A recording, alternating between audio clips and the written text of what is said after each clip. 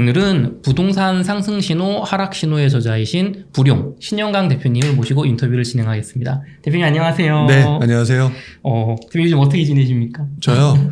뭐 요즘 부동산 시장 별로 안 좋잖아요. 안 좋으니까 뭐 어떤 면에서는 뭐 욕하는 분들도 계시고 어떤 분들은 걱정하면서 물어보시는 분들도 계시고 네. 뭐 이런 분들하고 이제 이런 얘기 저런 얘기 서로 나누는 그런 상황인 것 같아요.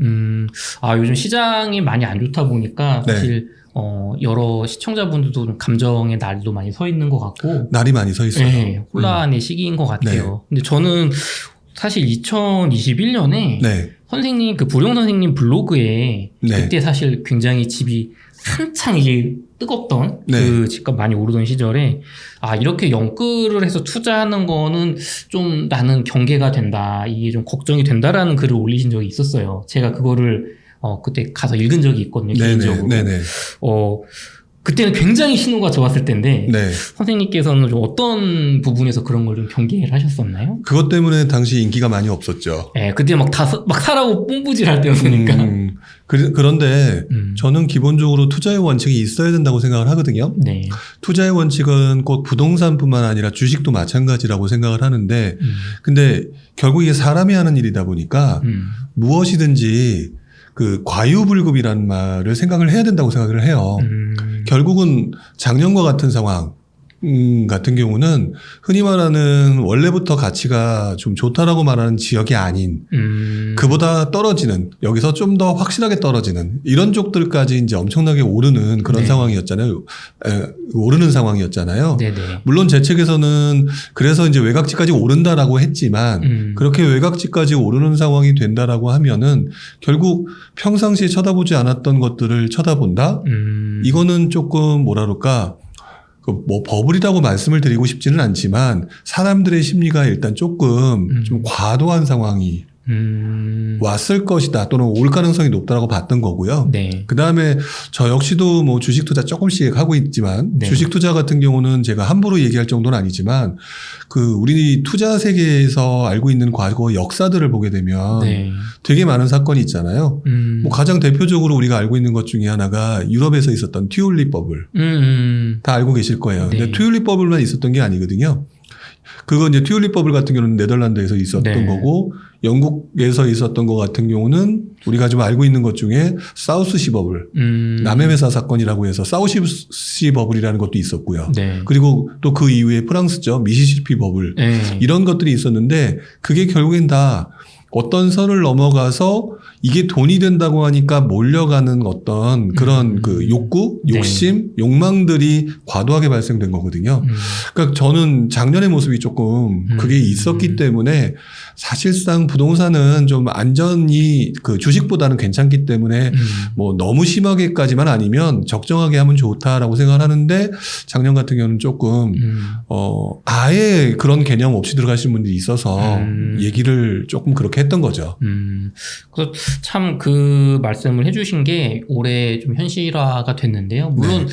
그런데 이제 그런 게 있는 것 같아요. 사실 저는 그 어떻게 적정한 수준의 대출로 받아서 내 집 마련을 하셨거나 뭐 약간의 투자를 하신 분들은 사실 지금 시장이 금리가 오른다고 해도 뭐 내가 무너질 정도의 그렇게 어려운 상황은 사실 아니거든요. 그렇죠. 근데 이게 연끌하신 분들이 워낙 많다 보니까 시장이 꺾이고 어떤 이렇게 혼란의 시기, 하락에 약간 보여준 시기가 오니까 이 뭔가 굉장히 많이 날카로워지신 그런 걸 느낍니다. 그래서 오늘은 부룡 선생님은 이제 사실 20년이 넘는 사실 그 부동산의 투자 경력을 가지고 계시잖아요. 그래서 조금 과거 얘기, 네. 옛날 얘기를 좀 들어보고 싶어요. 왜냐면 과거를 알아야 이게 네. 뭐 일시적인 조정인지 혹은 대세 하락이 될 수도 있지 않습니까? 네네. 그런 부분을 좀 여쭤보고 싶어요. 그래서 과거에는 네. 서울과 수도권 시장, 네. 그리고 지방 시장이 매매와 상승, 매매가가 뭐 지금처럼 전국이 오르는 게 아니라 따로 움직였다고 들었어요. 네. 그게 근데 반면 최근 2년 동안은 사실 제가 알기로는 20년 이후로는 다 같이 올랐거든요. 네네. 그러면은 과거에도 최근 2년처럼 서울, 수도권, 뭐 지방 혹은 중소도시까지 다 같이 오르고 떨어지는 그런 시기가 혹시 있었나요? 있었어요. 있었습니까? 네, 있었어요. 오. 그러니까 뭐냐면 지금 많은 분들이 알고 있는 것 중에 가장 이제 언급되는 것 중에 하나가 2008년 전후의 지방장 상승. 근데 그때 이제 서울 수도권 시장의 하락, 금융위기 네. 직후에 그쵸. 이거 이후에 다시 이제 최근에 그 동시다발적인 움직임, 네. 이제 이것들을 얘기를 하시잖아요. 네. 근데 동시다발적인 움직임이 언제 있었냐면요. 97년 우리 외환위기라고 하죠. 네네. 외환위기라고 했을 때 외환위기라고 하는 거를 단군이라 처음 겪었잖아요. 그쵸. 전국에 있는 시장이 다 안 좋았어요. 그러다가 부동산 시장을 살리기 위한 어떤 정책들이 나오고 난 다음에 그때 서울 수도권뿐만 아니라 지방장들도 굉장히 많이 올랐고요. 네. 그래서 당시 지금 이제 자료들을 찾아보면 KB 자료를 찾아보게 되면 그때 그 서울 수도권 지방 할 것 없이 거의 많은 지역들이 동시다발적으로 올랐던 시장이었었던 거죠. 아무래도 저희는 공부를 네. 이제 실거래가나 네. 이런 걸 보면 2008년 뭐 이때 6년 이때 이후부터 나오니까 네, 거기서부터 강하죠. 네, 그 앞을 잘 몰라요, 사실. 네. 그러니까 지금 뭐 다 같이 떨어지고 이게 지금 뭐 외부적인 이슈에 의해서 충격에 의해서 그런 거고 지금 예전과 다르다. 네. 막 이런 얘기를 많이 하시거든요. 네. 그럼 선생님 경험으로는 이게 뭐 굉장히 새로워 보일 수도 있지만 과거에도 어떤 97년 금융위기 이후에 다 같이 내려갔다가 또 그 상황이 좋아지면서 다 같이 올라간 그런 경험이 있었다. 역시 거기와 맞물리는 게 공급 부족이죠. 공급 부족인 건데 문제는 그리고 난 다음에 이제 지방장하고 서울 그 수도권장이 이제 서로 이탈하게 됐던 가장 큰 이유 중에 하나가 네. 그때 2002년 월드컵 시즌 때 전국이 막 난리가 났었던 그건 이제 월드컵만 생각하잖아요. 네. 부동산도 난리가 났단 말이죠. 그리고 난 다음에 2003년도에 그 규제가 들어오고 난 다음에 그 규제에 가장 큰 타격을 입었던 곳이 네. 서울 수도권이 아니라 지방이었어요. 지방에 그렇게 문제가 생기니까 그러면 뭐 공급이 제대로 진행되지 못했겠죠. 그렇죠. 네, 공급이 진행되지 못했던 것들이 흔히 말하는 서울 수도권장이 굉장히 이제 상승을 하고 있는 시기에 그러면 예를 들어 본인이 건설사 네. 그 CEO다. 네. 서울 수도권에 짓겠어요? 지방에 짓겠어요? 잘 팔리는 서울 수도권에 지으려고 하겠죠. 바로 그것 때문에 거기서 미스매칭이 난 거예요. 그 미스매칭이 나고 결국 다시 시장이 무너지는 상황이 금융위기 때 왔을 때 네. 공급 물량이나 이런 것들이 상대적으로 엄청나게 적고 그다음에 네. 이제 전세 가격이 엄청나게 올라가고 있었던 왜냐하면 그때 분위기가 안 좋았으니까 네. 이런 곳들이 오히려 기회가 될 수 있으면서 서로 이제 그 달라지는 그런 게 있었다가 이번 장 들어오면서 이제 그것들이 점점 이제 합쳐지는 이제 그런 모습으로 나타나게 됐던 것 같아요. 그럼 어떻게 보면은 어떤 월드컵 전후로 지방 쪽에 공급이 잘 안 팔리다 보니까 상황이 안 좋아서 그쪽은 공급이 적다 보니까 그 적은 공급이 나중에 서울 수도권이 2008 금융위기에 좀 하락하는 시기에 그게 트리거가 돼서 올라가서 미스매칭이 발생을 했었다. 그렇죠. 근데 단순히 그 공급만의 그 트리거가 됐던 게 아니라 2008년 그 당시에 이명박 대통령이 당선된 직후에 나왔던 대책을 보게 되면 네. 지방주택 활성화 대책이 나와요. 이게 뭐 어떤 내용이 있었어요? 그러니까 지방주택 활성화 대책하게 되면 지방주택 안 팔린다. 그러면 그쪽 시장 죽었다. 그쪽 시장이 이제 매수를 해야 될 거 아니에요. 그렇죠. 그러면 집 싸게 만들어야죠. 그러면 이제 미분양 주택 같은 거 양도세 면제라든지 네. 뭐 이런 것들이 또 나오면서 지방들을 활성화시키는 트리거가 또 된 거죠. 저는 이 투자 경험이 우리 부동산이 좀 많으신 분들하고 얘기를 하다 보면 정책적인 부양책 혹은 어떤 뭐 이제 억제책 같은 거에 관심을 많이 가지시는 걸 좀 느껴지는 부분이 있는데 네. 선생님 같은 경우는 과거의 경험으로 봤을 때 지금처럼 만약에 부동산 상황이 여기서 회복하지 못하고 좀 크게 하락을 한다거나 그런 상황이 왔을 때 정부의 부양책이 영향력을 좀 발휘할 수 있다고 생각을 하시나요? 영향력을 발휘할 수 있다가 아니라 네. 영향력을 발휘하기 위해서 무지 노력할 거예요, 정부가. 왜냐하면 정부는 네. 사실 냉정하게 말하면 부동산이든 뭐든 이 자체에 관심이 있기보다는 그냥 시장 자체가 무난하게 흘러가면서 정권을 유지하는 게 목적일 거잖아요. 근데 부동산 시장이 안 좋은데 네. 이거 어떻게든 해결해야 될 거고 네. 뭐 부동산 투자를 하는 사람도 국민일 거고 네. 중개업을 하시는 분들도 국민일 거고 그렇죠. 그 수많은 사람들의 그 고통을 해결하기 위해서는 나름대로 또 부양책을 만들 수밖에 없는 거거든요.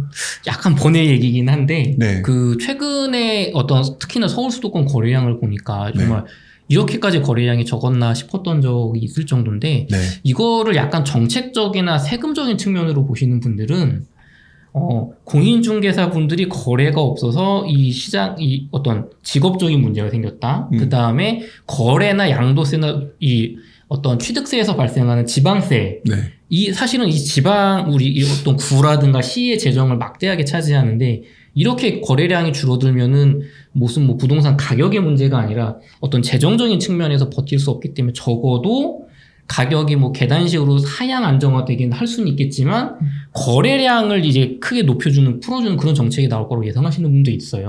그러니까 그건 저는 해석의 문제라고 생각이 들어요. 네. 그러니까 그 부분을 조금 더 중점적으로 보고 네. 디테일하게 파고드니까 그렇게 표현을 하시는 거라고 생각이 들고요. 네. 결국에는 그게 이제 세금이라고 하는 걸로 귀착돼서 설명을 하고 있지만 냉정하게 말하면 저는 그게 세금일 수도 있고 그리고 거래가 안 되면 뭐 취득세나 이런 것들이 안 들어오니까 네. 정책적으로 문제가 된다. 근데 좀 더 냉정하게 말하면 일본의 아베 정부 옛날에 정부처럼 네. 돈 찍으면 돼요. 막말로. 네네. 네. 그러니까 사실 그게 먼저이기보다는 저는 거래량이 줄어들었다라고 얘기는 결국 경제가 안 돌아간다는 얘기라고 봐요.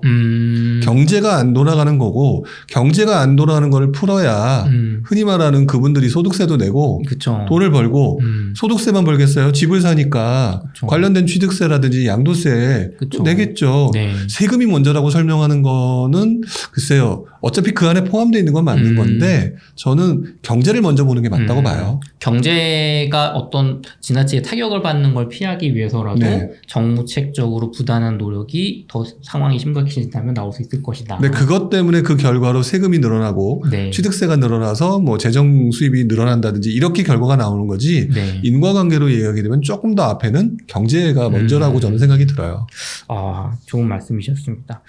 그래서 아까 말씀해 주신 것처럼 지방이 같이 오르고 떨어지는 시기가 있었다고 말씀을 해 주셨는데 네. 일부에서는 그런 얘기가 있어요. 사실 저도 되게 궁금한 부분이거든요. 시청자분들도 같이. 소득 대비 집값. 네. PEI라는 수치가 있지 않습니까? 네네. 우리나라가 소득이 뭐 10년 동안 그렇게 뭐 중위 가구 3분위 정도로 해서 뭐 한 4,800만 원에서 지금 한 6,600만 원 정도 된 걸로 제가 알고 있는데 그거 늘어난 거에 비해서 PIR 수치가 너무 올랐다. 과거 2008 금융위기 때 서울이 뭐 13년 정도 이제 중위 아파트를 사는데 걸렸는데 지금 뭐 24년 나온다. 이거는 엄청난 거품이기 때문에 전국적으로 이 거품이 너무 많이 껴서 크게 하락해야 된다라는 말씀을 해주시는 분들도 계세요. 네. 근데 이제 선생님의 어떤 경험에서 바탕으로 한 의견은 좀 어떠십니까? 저는 그 PIR이라고 하는 부분은 네. 자기네들이 그 설명을 하기 위해서 또는 무언가를 갖다가 그 표현하기 위해서 만들어낸 일종의 지표잖아요. 네. 너무 지표에 얽매일 필요는 없다고 봐요. 사실상 저는 이 투자 세계에서는 네. 지표가 먼저가 아니라 그 어떤 사람들이 하는 행동들의 결과로 나타나는 현상들을 설명하기 위해서 지표가 만들어진 거라고 보거든요. 그 자꾸 PI를 가지고 하다 보니까 자꾸 이제 그렇게 되는데 당연히 집값이 예를 들어서 네. 많이 오른다라고 얘기하면 심리들이 이렇게 하면 안 되겠네 나도 뒤지겠네라고 하면서 사람들이 몰려가게 되어 있고 근데 그 시점에 소득이 올라가기보다 집값이 먼저 올라가는 건 당연한 거라고 생각이 들어요. 네. 너무나 당연한 현상에 PIR은 올라갈 수밖에 없는 것 같고 흔히 말하는 구매력은 떨어지는 거고 그 구매력이 떨어지는 상황이 좀 더 심각해지면 나중에 이제 힘들어 죽겠네 네. 내 돈으로는 택도 없네라고 하면서 다시 집을 안 사고 또 분위기가 달라지고 그러면서 또 이제 그때는 또 열심히 또 경제 성장을 위해서 노력할 테니까 PIR이 또 떨어지고 네. 이런 현상들이 저는 반복되고 있다고 보거든요. 그렇기 때문에 지금 PIR이 그렇기 때문에 떨어진다라고 얘기를 하게 되면 언제 떨어질지에 또 궁금증을 갖게 되는데 네. PIR이 올라가도 이 심리가 꺾이는 그 순간이 올 때까지는 네. 사실 작년 재작년은 엄청나게 올랐잖아요. PIR 작년부터 얘기했잖아요. 그쵸. 엄청나게 올랐죠. 그렇게 올랐는데 그때 시점으로 보게 되면 PIR이 안 맞는 거고요. 네. 지금 와서 보면 PIR이 맞는 거예요. 그럼 이걸 가지고 지표긴 지표지만 길게 보는 지표로는 맞는데 네. 그걸 가지고 인해서 이래서 떨어진다. 이래 가지고 이렇게 될 것이다. 이거는 좀 주객이 전도된 것 같다. 직접적인 이 수치가 높기 때문에 하락할 일만 남았다가 아니라 네. 하락이 이제 심리가 꺾이고 어떤 지금같이 외부 변수가 생겨서 하락이 됐을 때 이렇게 높았으니까 떨어졌지라고 어떻게 보면 이게 설명하는 이 심리 결국에는 책에서도 말씀해주신 어떤 사람들의 심리나 어떤 인문학적인 관점을 말씀해주신 저는 지표보다는 인문학적, 특히 이제 인문학적이라는 표현 자체가 사람이죠. 네. 사람이 배 아프면 화장실 가고 싶고 네. 배 고프면 밥 먹고 싶은 거거든요. 네. 그런데 집값이 올라가면 집 사고 싶고 네. 달러돈이라도 저는 얻어서 뭐 산다 뭐 이런 표현을 쓰는데 빌려서라도 사고 싶은 거거든요. 네. 빌려서 사게 되면 PIR이 올라요. 이 PIR이 올라가게 되더라도 그거 있잖아요. 사촌이 땅을 사면 배 아프다. 네. 이런 심리가 존재하기 때문에 그걸 갖다가 또 몇 푼을 더 주고서라도 올라가니까 더 사고 PIR은 계속 올라가는 거고 이런 현상이 나타나면서 그 PIR이 상승을 향해 달려가는 거거든요. 그 앞에는 바로 이렇게 사람이라고 하는 사람들의 행동과 고민과 심리가 존재한다고요. 이것들을 먼저 보는 게 맞다고 보죠. 역시 사람의 어떤 심리라든가 그런 면을 중시해야 된다는 말씀 해주셨는데요. 저는 이제 그런 걸 봤어요. 예전에 제가 잠깐 공부를 했었을 때 네. 2008 금융위기 때 PIR 수치가 서울의 90년대보다 훨씬 높았었거든요. 네. 그랬다가 이제 2013년 됐을 때 많이 떨어졌잖아요. 그런데도 90년 초에 우리 이제 3조 호황 1, 2 신도시 만들어지기 전에 우리 노태우 대통령 때의 네. PIR 수치보다 높았어요. 2013년이. 네. 90년대 초의 버블보다. 그러니까 그때 이제 전문가분들 중에서 책 쓰셔서 유명하신 분들 중에 역대급 거품이다. 과거의 일을 봤을 때 그런 얘기를 해주셨거든요. 네. 근데 사실은 그 이후로 8, 9년 동안 엄청나게 올랐잖아요. 그렇죠. 사실 이제 그 가격으로는 뭐 원가상으로도 돌아갈 수 없을 정도로.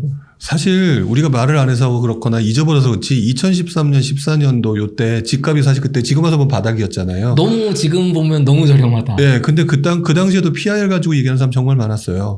그때도 있었습니다. 네, 누구라고 딱 말을 할 수 없을 정도로 네. 되게 많았고 그렇기 때문에 그때 PIR도 지금 PIR도 결국 그걸 갖다가 사실 PIR이라고 하는 부분이 올라가면은 집값이 떨어지는 방향으로 가는 건 맞죠. 그죠. 너무 올랐으니까 어쨌든. 구매력이 떨어진다는 네. 얘기이기 때문에 어느 순간에 다만 그 시점에 트리거가 언제가 될지 모를 뿐이에요. 근데 그것들을 가지고 그래서 설명하기 편하니까 자꾸 그렇게 얘기들을 하는데 사람들의 움직임은 그렇게 과학적이지가 않거든요. 그래서 너무 PIR만 가지고, 그러니까 사실 저가 이렇게 얘기를 하지만 PIR 자체를 갖다 부인하지는 않아요. 자체로서는 굉장히 잘 만든 거다라고 저는 네. 생각을 하지만 되게 많은 사람들이 PIR에 매몰되어 있다. 라고 저는 생각이 들고요. 지표에 매몰되어 있는 사람이 상당히 많다. 근데 투자 잘하는 사람들은 지표만 가지고 하는 사람들 쳐놓고 투자 잘하는 사람이 없다. 근데 그걸 자세히 보게 되면 그 잘하는 사람들은 대체적으로 보면 사람들의 심리를 보고 판단을 한다. 이렇게 생각을 한다는 거죠. 저는 선생님하고 얘기를 하다 보니까 약간 투자자와 뭐 무주택으로 1주택 내 집 마련하시는 분들하고 약간 그러니까 약간 다른 접근 방법을 택하시는 게 아닌가 느낌 조금 받았거든요. 네네. 그러니까 제가 이해한 게 맞다면 투자자는 어떤 이런 객관적인 지표 안에서 혹은 하락장에서도 수익을 만들어내는 그 빈틈을 찾는 게 투자자고 네. 만약에 이제 정말 내 집 마련을 하시는 공부가 조금 덜 되신 분들이라면 당연히 이렇게 과열됐을 때 떨어지는 칼날은 피하고 분위기가 좋아졌을 때 내 집 마련하는 게 좋다. 약간 이렇게 저는 좀 받아들였는데 맞을까요? 뭐 그렇게 하는 게 맞는 걸 수 있는데 네. 저는 좀 더 냉정하게 말하면 네. 저는 지금 말씀하신 투자자는 몇 명 안 된다고 봐요. 그리고 무주택자 뭐 이렇게 표현을 하셨지만 네. 우리 일반인들 네. 아수라백작이라고 아시죠? 네. 이분들이 흔히 말하는 일반인이었다 투자자였다가 그때그때 네. 변신을 해요. 아니 돈이 되는데 네. 아무 생각 없다가 돈이 되면서 네. 투자자로 변신 안 하는 사람이 어디 있겠어요. 있거든요. 그렇죠.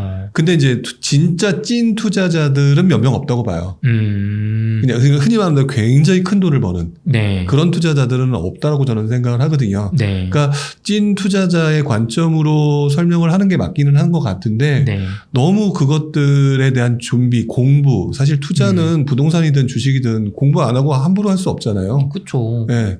그런 상황이기 때문에 아무래도 그것들을 분리해서 설명하기는 하죠. 알겠습니다. 대표님께서는 책에서 과거의 상승장에서의 투자 방법으로 수익을 크게 거두시다가 지금처럼 혹은 뭐 지금 이렇게 시장이 완전히 바뀔지 모르겠지만 시장 상황이 바뀌었을 때 내가 크게 돈을 잘 벌었던 이 방법이 먹히지 않는 걸 경험하면서 약간 고생도 하시고 큰 깨달음을 얻었다고 들었거든요. 어떤 일이 있으셨나요? 그러니까 쉽게 말하면 네. 그 아까 좀 인문학적이라는 표현을 네네. 쓰셨잖아요. 사람이. 예, 사람이라고 하는 부분을 생각해야 된다고 느꼈던 게 네. 사실 그때 바로 그 사건 때문에 굉장히 사람에 좀 집중을 해야 된다라고 느꼈던 것 같아요. 네. 그다음에 이제 시장의 사이클이라는 게 발생하는구나라고 느꼈던 것 같은데 네. 사실 여름에는 우리 반팔옷 입고 겨울에는 파카 입잖아요. 그쵸. 춥고 더우니까. 춥고 더우니까 쉽게 말하면 더우니까 옷을 벗는 거고 네. 추우니까 옷을 입는 거거든요. 네. 즉 환경이 바뀌면 내가 입는 옷도 달라지는 거거든요. 이것들이 너무나 당연한 거거든요. 지금 제가 하는 말 가지고 뭔 소리 하는 거야? 라고 하는 사람 없으실 거예요. 비 오면 우산 쓰는 거고. 네, 그런데 투자도 마찬가지라는 거죠. 사람이 하는 거기 때문에. 예를 들어서 그 당시에 시장 상황이 여름이었다라고 하면 네. 반팔옷을 입는 거라고 하는데 네. 그 당시에 시장 상황이 여러 이유로 인해서 어떠어떠한 것들이 있다면 네. 그것에 맞는 옷을 바꿔 입어야 되는 거거든요. 근데 제가 처음에 투자를 하는 시점은 아까도 말씀을 드렸지만 이제 IMF 외환위기 직후였단 말이에요. 네. 그때는 김대중 정부가 네. 집값을 살리기 위해서 네. 집을 사주세요라고 얘기하던 시점이에요. 근데 집을 살려면 구축 사시겠어요? 신축 사시겠어요? 뭐 미분양도 있고 아니면 세제 혜택 좋으면 기왕이면 신축 사겠죠. 신축 사겠죠. 그러다 보니까 미분양이라든지 네. 또는 분양권이라든지 네. 이런 것들이 유행을 할 수밖에 없는 환경이었고요.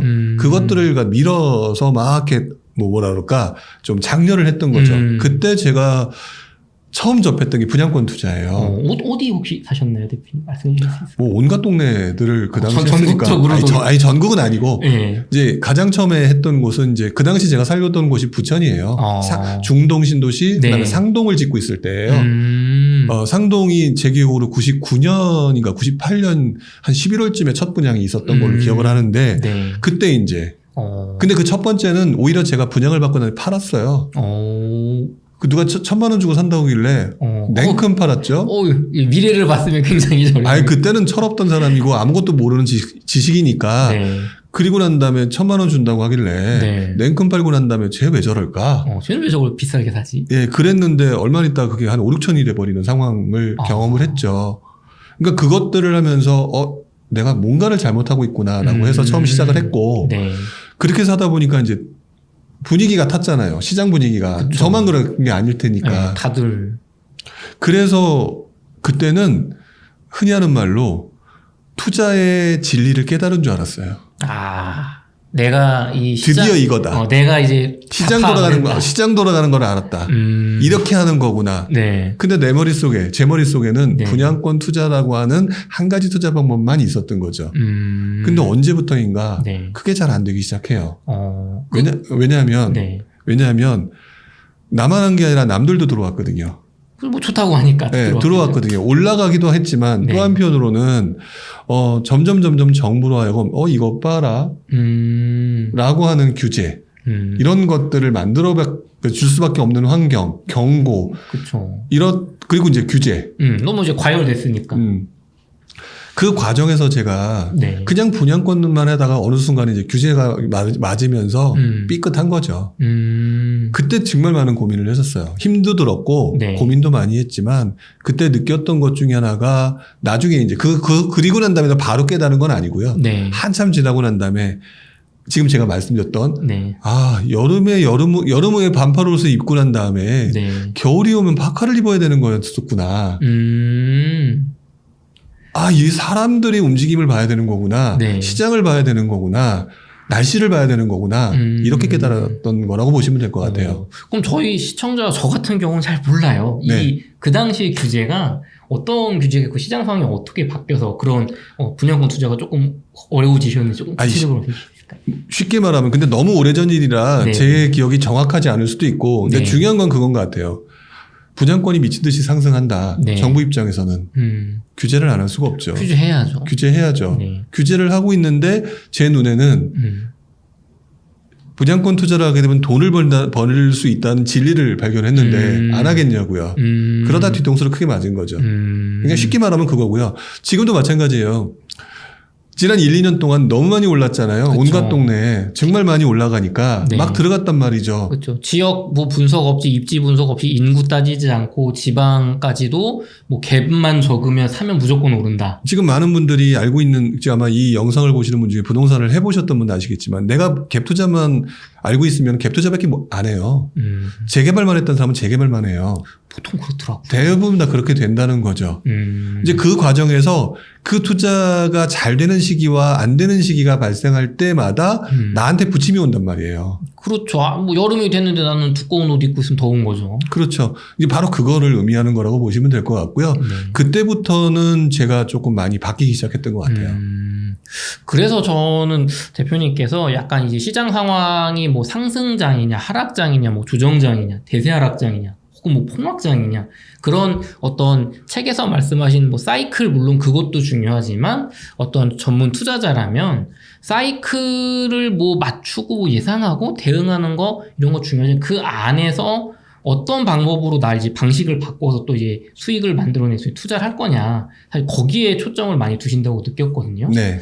그러면은 대표님께서 생각하시는 지금 같은 변화의 시기, 만약에 이렇게 하락장으로 좀 더 길어진다면 어떤 방식으로 이 투자를 좀 바꾸면 우리 시청자분한테 도움이 될까요? 일단 지금 현재로서는 방향성이 조금 안 보여요. 일단 그거는 생각을 하셔야 될 것 같아요. 왜냐하면 네. 일단 그 투자자들은 네. 지난 몇 년간의 모습은 사기 바빴어요. 마음이 급했어요. 속도가 빠른 것에 적응이 되어 있었거든요. 네. 지금 속도가 굉장히 빠르다가 갑자기 팍 멈추고 나니까 네. 이거 가만히 있는 게 맞아? 뭐라도 해야 되는 거 아니에요? 뭐라도 해야 되는 거 아니야라는 심리가 굉장히 강한 시점이에요. 그게 보이거든요. 네. 근데 제가 이제 계속 말씀을 드리니 그러다 보니까 저한테 막 물어보거나 누구한테 물어보는 거예요. 그럴 때마다 항상 얘기하죠. 당신이 경험한 시장은 수많은 마라톤 시장 중에서 마라톤을 하는 그 기간 중에서 전속력으로 달려야 되는 시장에 들어왔기 때문에 전속력으로 달려야 될 거라는 착각에 빠져 있다. 근데 지금은 어쨌든 분위기가 이래저래 금리 인상이 될 거라고 하지만 이렇게 급격히 인상이 된다거나 몰랐잖아요. 몰랐죠. 시장 환경은 이렇게 모르는 거니까 그 환경에 바로 직전에 달리고 있던 그거로 달린다? 그러다 넘어진다고요. 그러니까 지금은 일단 시장을 지켜봐야 되는 시장이다. 방향성은 아직 모르니까. 일단은 자꾸 이제 저희한테 답을 원하시거든요. 그래서 오른다는 거야, 떨어진다는 거야. 네. 라고 얘기하는데 그거는 제가 볼 때는 너무 지금 현재 입장에서 네. 판단하시는 거지만 시장이 오르락하고 내리락하고 하는 부분을 20년 이상 한번 해보세요. 해보시면 시장이라고 하는 부분들이 여러분들이 알고 있는 속도보다 되게 느려요. 방향성을 잡는데. 이게 상승으로 갈지 하락으로 갈지 이게 지지부진하게 쭉 기어갈지. 그렇죠. 흔히 말하는 아까 얘기했던 용어 중에 트리거가 있잖아요. 네네. 이 트리거가 하나의 지표, 하나의 공식에 의해서 자르는 게 아니라 네. 하나가 얹어지고 두 개가 얹어지고 세 개가 얹어지는 가운데에서 발생하거든요. 지금 제가 많은 분들이 하락이냐 상승이냐라고 물어볼 때 저는 지금 답을 안 드려요. 나도 모르겠다. 왜 그러냐면 겉으로 보이고 있는 것 중에 대표적인 것 중에 금리 인상이 지금 현재 네. 뭐 아까 말씀하셨던 PIR, 네. PIR이라는 구매력 부분이 너무 떨어져 있는 상태에서 금리가 인상이 이렇게 급격히 나타나니까 그 구매력이 더 떨어졌을 거 아니에요. 그렇죠. 안 그래도 높았는데. 그러니까 심리가 위축의 정도가 되게 높았던 거고 더더구나 한 번도 경험해보지 못했던 지난 몇 년간의 상황, 처음 겪어보는 상황이 더 심리를 위축시켰거든요. 근데 그때 시점하고 비슷한 상황을 보게 되면 2007년이에요. 2006, 7년인데 네. 그때 상황은 굉장히 미분양도 많았고요. 네. 분위기가 제가 개인적으로는 외부 환경 빼고 우리 내부만 보게 되면 그때가 더 안 좋았어요. 2006, 7년이면 서울 수도권은 약간 강남권은 그냥 버티는 정도였지만 이 외곽권은 사실 좀 많이 오른 걸로 저는 알고 있거든요. 그게 그 몇 가지 상황만 보면 그렇게 되는 것처럼 보이겠지만 네. 결국 그때 올랐던 것들이 뭐냐면 그러니까 시장이 항상 똑같지는 않잖아요. 네. 소형 아파트들이 좀 많이 오른 거예요. 그래서 그때 노도강이라는 유행어가 나온 네, 거고 네. 그 기저에 가장 많이 분위기가 안 좋았던 거는 그때도 결국 신축 같은 거거든요. 네. 신축, 재건축 이런 것들이 굉장히 분위기가 안 좋았다고요. 그것 때문에 사람들이 또 미분양들이 굉장히 서울 수도권이 급격히 늘어났고 네. 이런 상황이었었거든요. 좀 선생님 오시니까 참 옛날 이야기 어디서 듣기 힘든 얘기 들어서 참 좋은데요. 저희가 조금 번외지만 2006년, 2007년에는 혹시 집값은 상승하던 시기다라고 네. 단편적으로 많이들 알고 계세요. 그런데 선생님 말씀은 미분양이 증가하고 지금보다 오히려 안 좋았던 시기를 말씀해 주셨는데 근데 지금은 미분양이 없잖아요. 그럼 그때는 어떤 트리거가 있었길래 지금보다 미분양도 늘고 분위기가 안 좋았을까요? 그때도 네. 지금처럼 집값 상승이 굉장히 엄청났었죠. 네. 역시 그때도 PIR들에 대한 얘기가 튀어나오기 시작했었어요. 그리고 현장에서는 네. 와, 너무 비싸다. 라는 얘기가 나오고 있었고, 사실 얼마 전까지도 너무 비싸다라고 말하는 사람 되게 많았잖아요. 그쵸. 똑같은 상황이었다는 거죠. 자, 그런 상황에서 그러면은 결국엔 나오는 이제 물량들, 네. 나오는 물량들이나 이런 것들, 그리고 그때도 외부 환경이 지금하고 똑같이 안 좋았어요. 금리 인상 역시 네. 마찬가지였고요. 맞아요. 미국의 서브프라임 모기지 사태가 2008년에 금융위기로 터질 줄은 몰랐지만 네. 우리나라는 어쨌든 미국의 영향을 굉장히 크게 받잖아요. 그쵸. 그래서 미국의 연체율이 올라가는 거, 서브프라임 모기지 사태, 결국 나중에 그 다음에 터졌던 거는 그것들을 파생 상품으로 만들어가지고 거기서 이제 금융기관들의 시스템이 무너진 거잖아요. 네네. 시스템이 무너져서 그렇게 됐던 건데 어쨌든 그 전에 나왔던 그런 어떤 분위기들은 네. 지금 못지않게 그랬고, 근데 지금 서울이나 수도권을 자세히 보시게 되면 네. 제가 볼 땐 지금 미분양이 그 정도까지는 아니에요. 대표님, 그러면은 그 입주 물량을 얘기하실 때 사실 저희가 몇 년 동안 부동산 유튜버 채널에서 그런 얘기 많이 해서 시청자분들이 인이 바뀌었어요. 서울은 공급이 부족하다. 서울은 공급이 부족하다. 그 말만 믿고 우리는 이게 투자를 공격적으로 했는데 이게 뭐냐. 전세가도 떨어지고 물론 월세는 조금씩 오르고 있지만 그러면서 또 이제 또 해석이 나오는 게 서울은 부족하지만 압도적으로 경기도, 특히 인천의 물량이 24년까지 뭐 답이 없을 정도로 많다. 그래서 수도권의 물량이 결국은 서울을 이제 커버를 하기 때문에 이 공급 부족이라는 걸 전체적으로 보면 우리가 생각하는 것만큼 심하지 않다. 적어도 24년까지는 뭐 그런 의견도 있으세요. 뭐 대표님 어떻게 생각하시나요? 동의해요. 동의는 해요. 동의하기 때문에 저도 그래서 네. 아까 말씀드렸던 것처럼 남들은 지금 금리 인상하고 심리가 위축됐으니까 네. 대세하락이다라고 표현하지만 네. 지금 말씀드렸던 것이 긍정적인 부분이거든요. 그리고 미분양이 없잖아요. 그쵸. 수요가 탄탄하다는 얘기거든요. 네. 이런 것들이 지금 충돌하고 있으면서 서로 힘겨루기를 하고 있는 세상이기 때문에 제가 지금 상승이다 하락이다라는 것에 먼저 선제적으로 얘기하지 못하는 거예요. 이런 것들이 지금 서로 힘겨루기를 하고 있는 상황이기 때문에. 근데 사람들이 보면은요, 자기가 좋은 거, 자기한테 좋은 거, 자기한테 유리한 것만 가지고 얘기를 해요. 입주 물량 같은 경우는 내가 사고 싶어 하는 사람들한테 입주 물량이라고 하는 부분이 근거가 된다라고 하는 얘기를 듣고 싶었겠죠. 듣고 싶었으니까. 네. 그리고 또 그렇게 얘기하는 사람들의 얘기를 저는 전문가들의 얘기를 네. 좀 선별해서 들어야 된다고 생각을 하거든요. 사실상 가장 좀 입주 물량 중에서 가장 재밌었던 얘기 중에 하나가 네. 저는 이제 그때 18년인지 19년인지 지금 정확히 기억 안 나는데 네. 당시 이제 김포 입주 물량 엄청날 때 네. 엄청나게 올랐잖아요. 네. 김포 역사상 가장 입주 물량이 많을 때였는데 네네. 가장 많이 올랐던 시기이기도 해요. 놀라긴 그게 했습니다. 왜 그러냐면 내가 아는 주요 지표 하나에만 매몰됐기 때문이에요. 그게 어떤 의미실까요, 대표님? 입주 물량이 많으면 집값이 떨어지고 입주 네. 물량이 적으면 집값이 오른다라고 하는 쉽게 말하면 경제학적 원리죠. 수요 공급에 따른. 그죠. 가장 메이저한 의견이죠. 그렇죠. 근데 제가 그래서 경제학적인 이론만 가지고 얘기하는 사람들을 굉장히 조금 조심스러워하는 이유가 뭐냐면 저도 경제학과 출신이지만 경제학과 출신이십니다. 네, 경제학의 이론에 그것들은요 무언가 답을 얻어내거나 좀 심플하게 만들어내기 위해서 앞에 있는 대전제를 하나 만들어 놓고 얘기를 만들어 가요. 다른 것들이 변하지 않는다는 전제하에서 그 조건을 만들어 가고 그 결과를 도출하거든요. 그러면은 뭐 금리도 그대로였고 또 정책도 그대로였고 심리도 그렇죠. 다 그대로일 때 공급이 부족하면 오르는 거다. 그래서 그때 많이 나왔던 얘기 중에 하나가 제가 이제 학교 다니면서 제가 의문을 풀었던 것 중에 하나가 네. 사람들이 합리적이다는 기대하에 시장이 이렇게 움직인다라는 식으로 풀어가는 거예요. 그래서 제가 항상 이해가 안 됐던 게 제가 배우면서 그 당시 이해가 안 됐던 게 사람들이 합리적이라고? 아닌데? 이런 생각을 했던 게 있었거든요. 이제 지금 입주 물량도 마찬가지예요.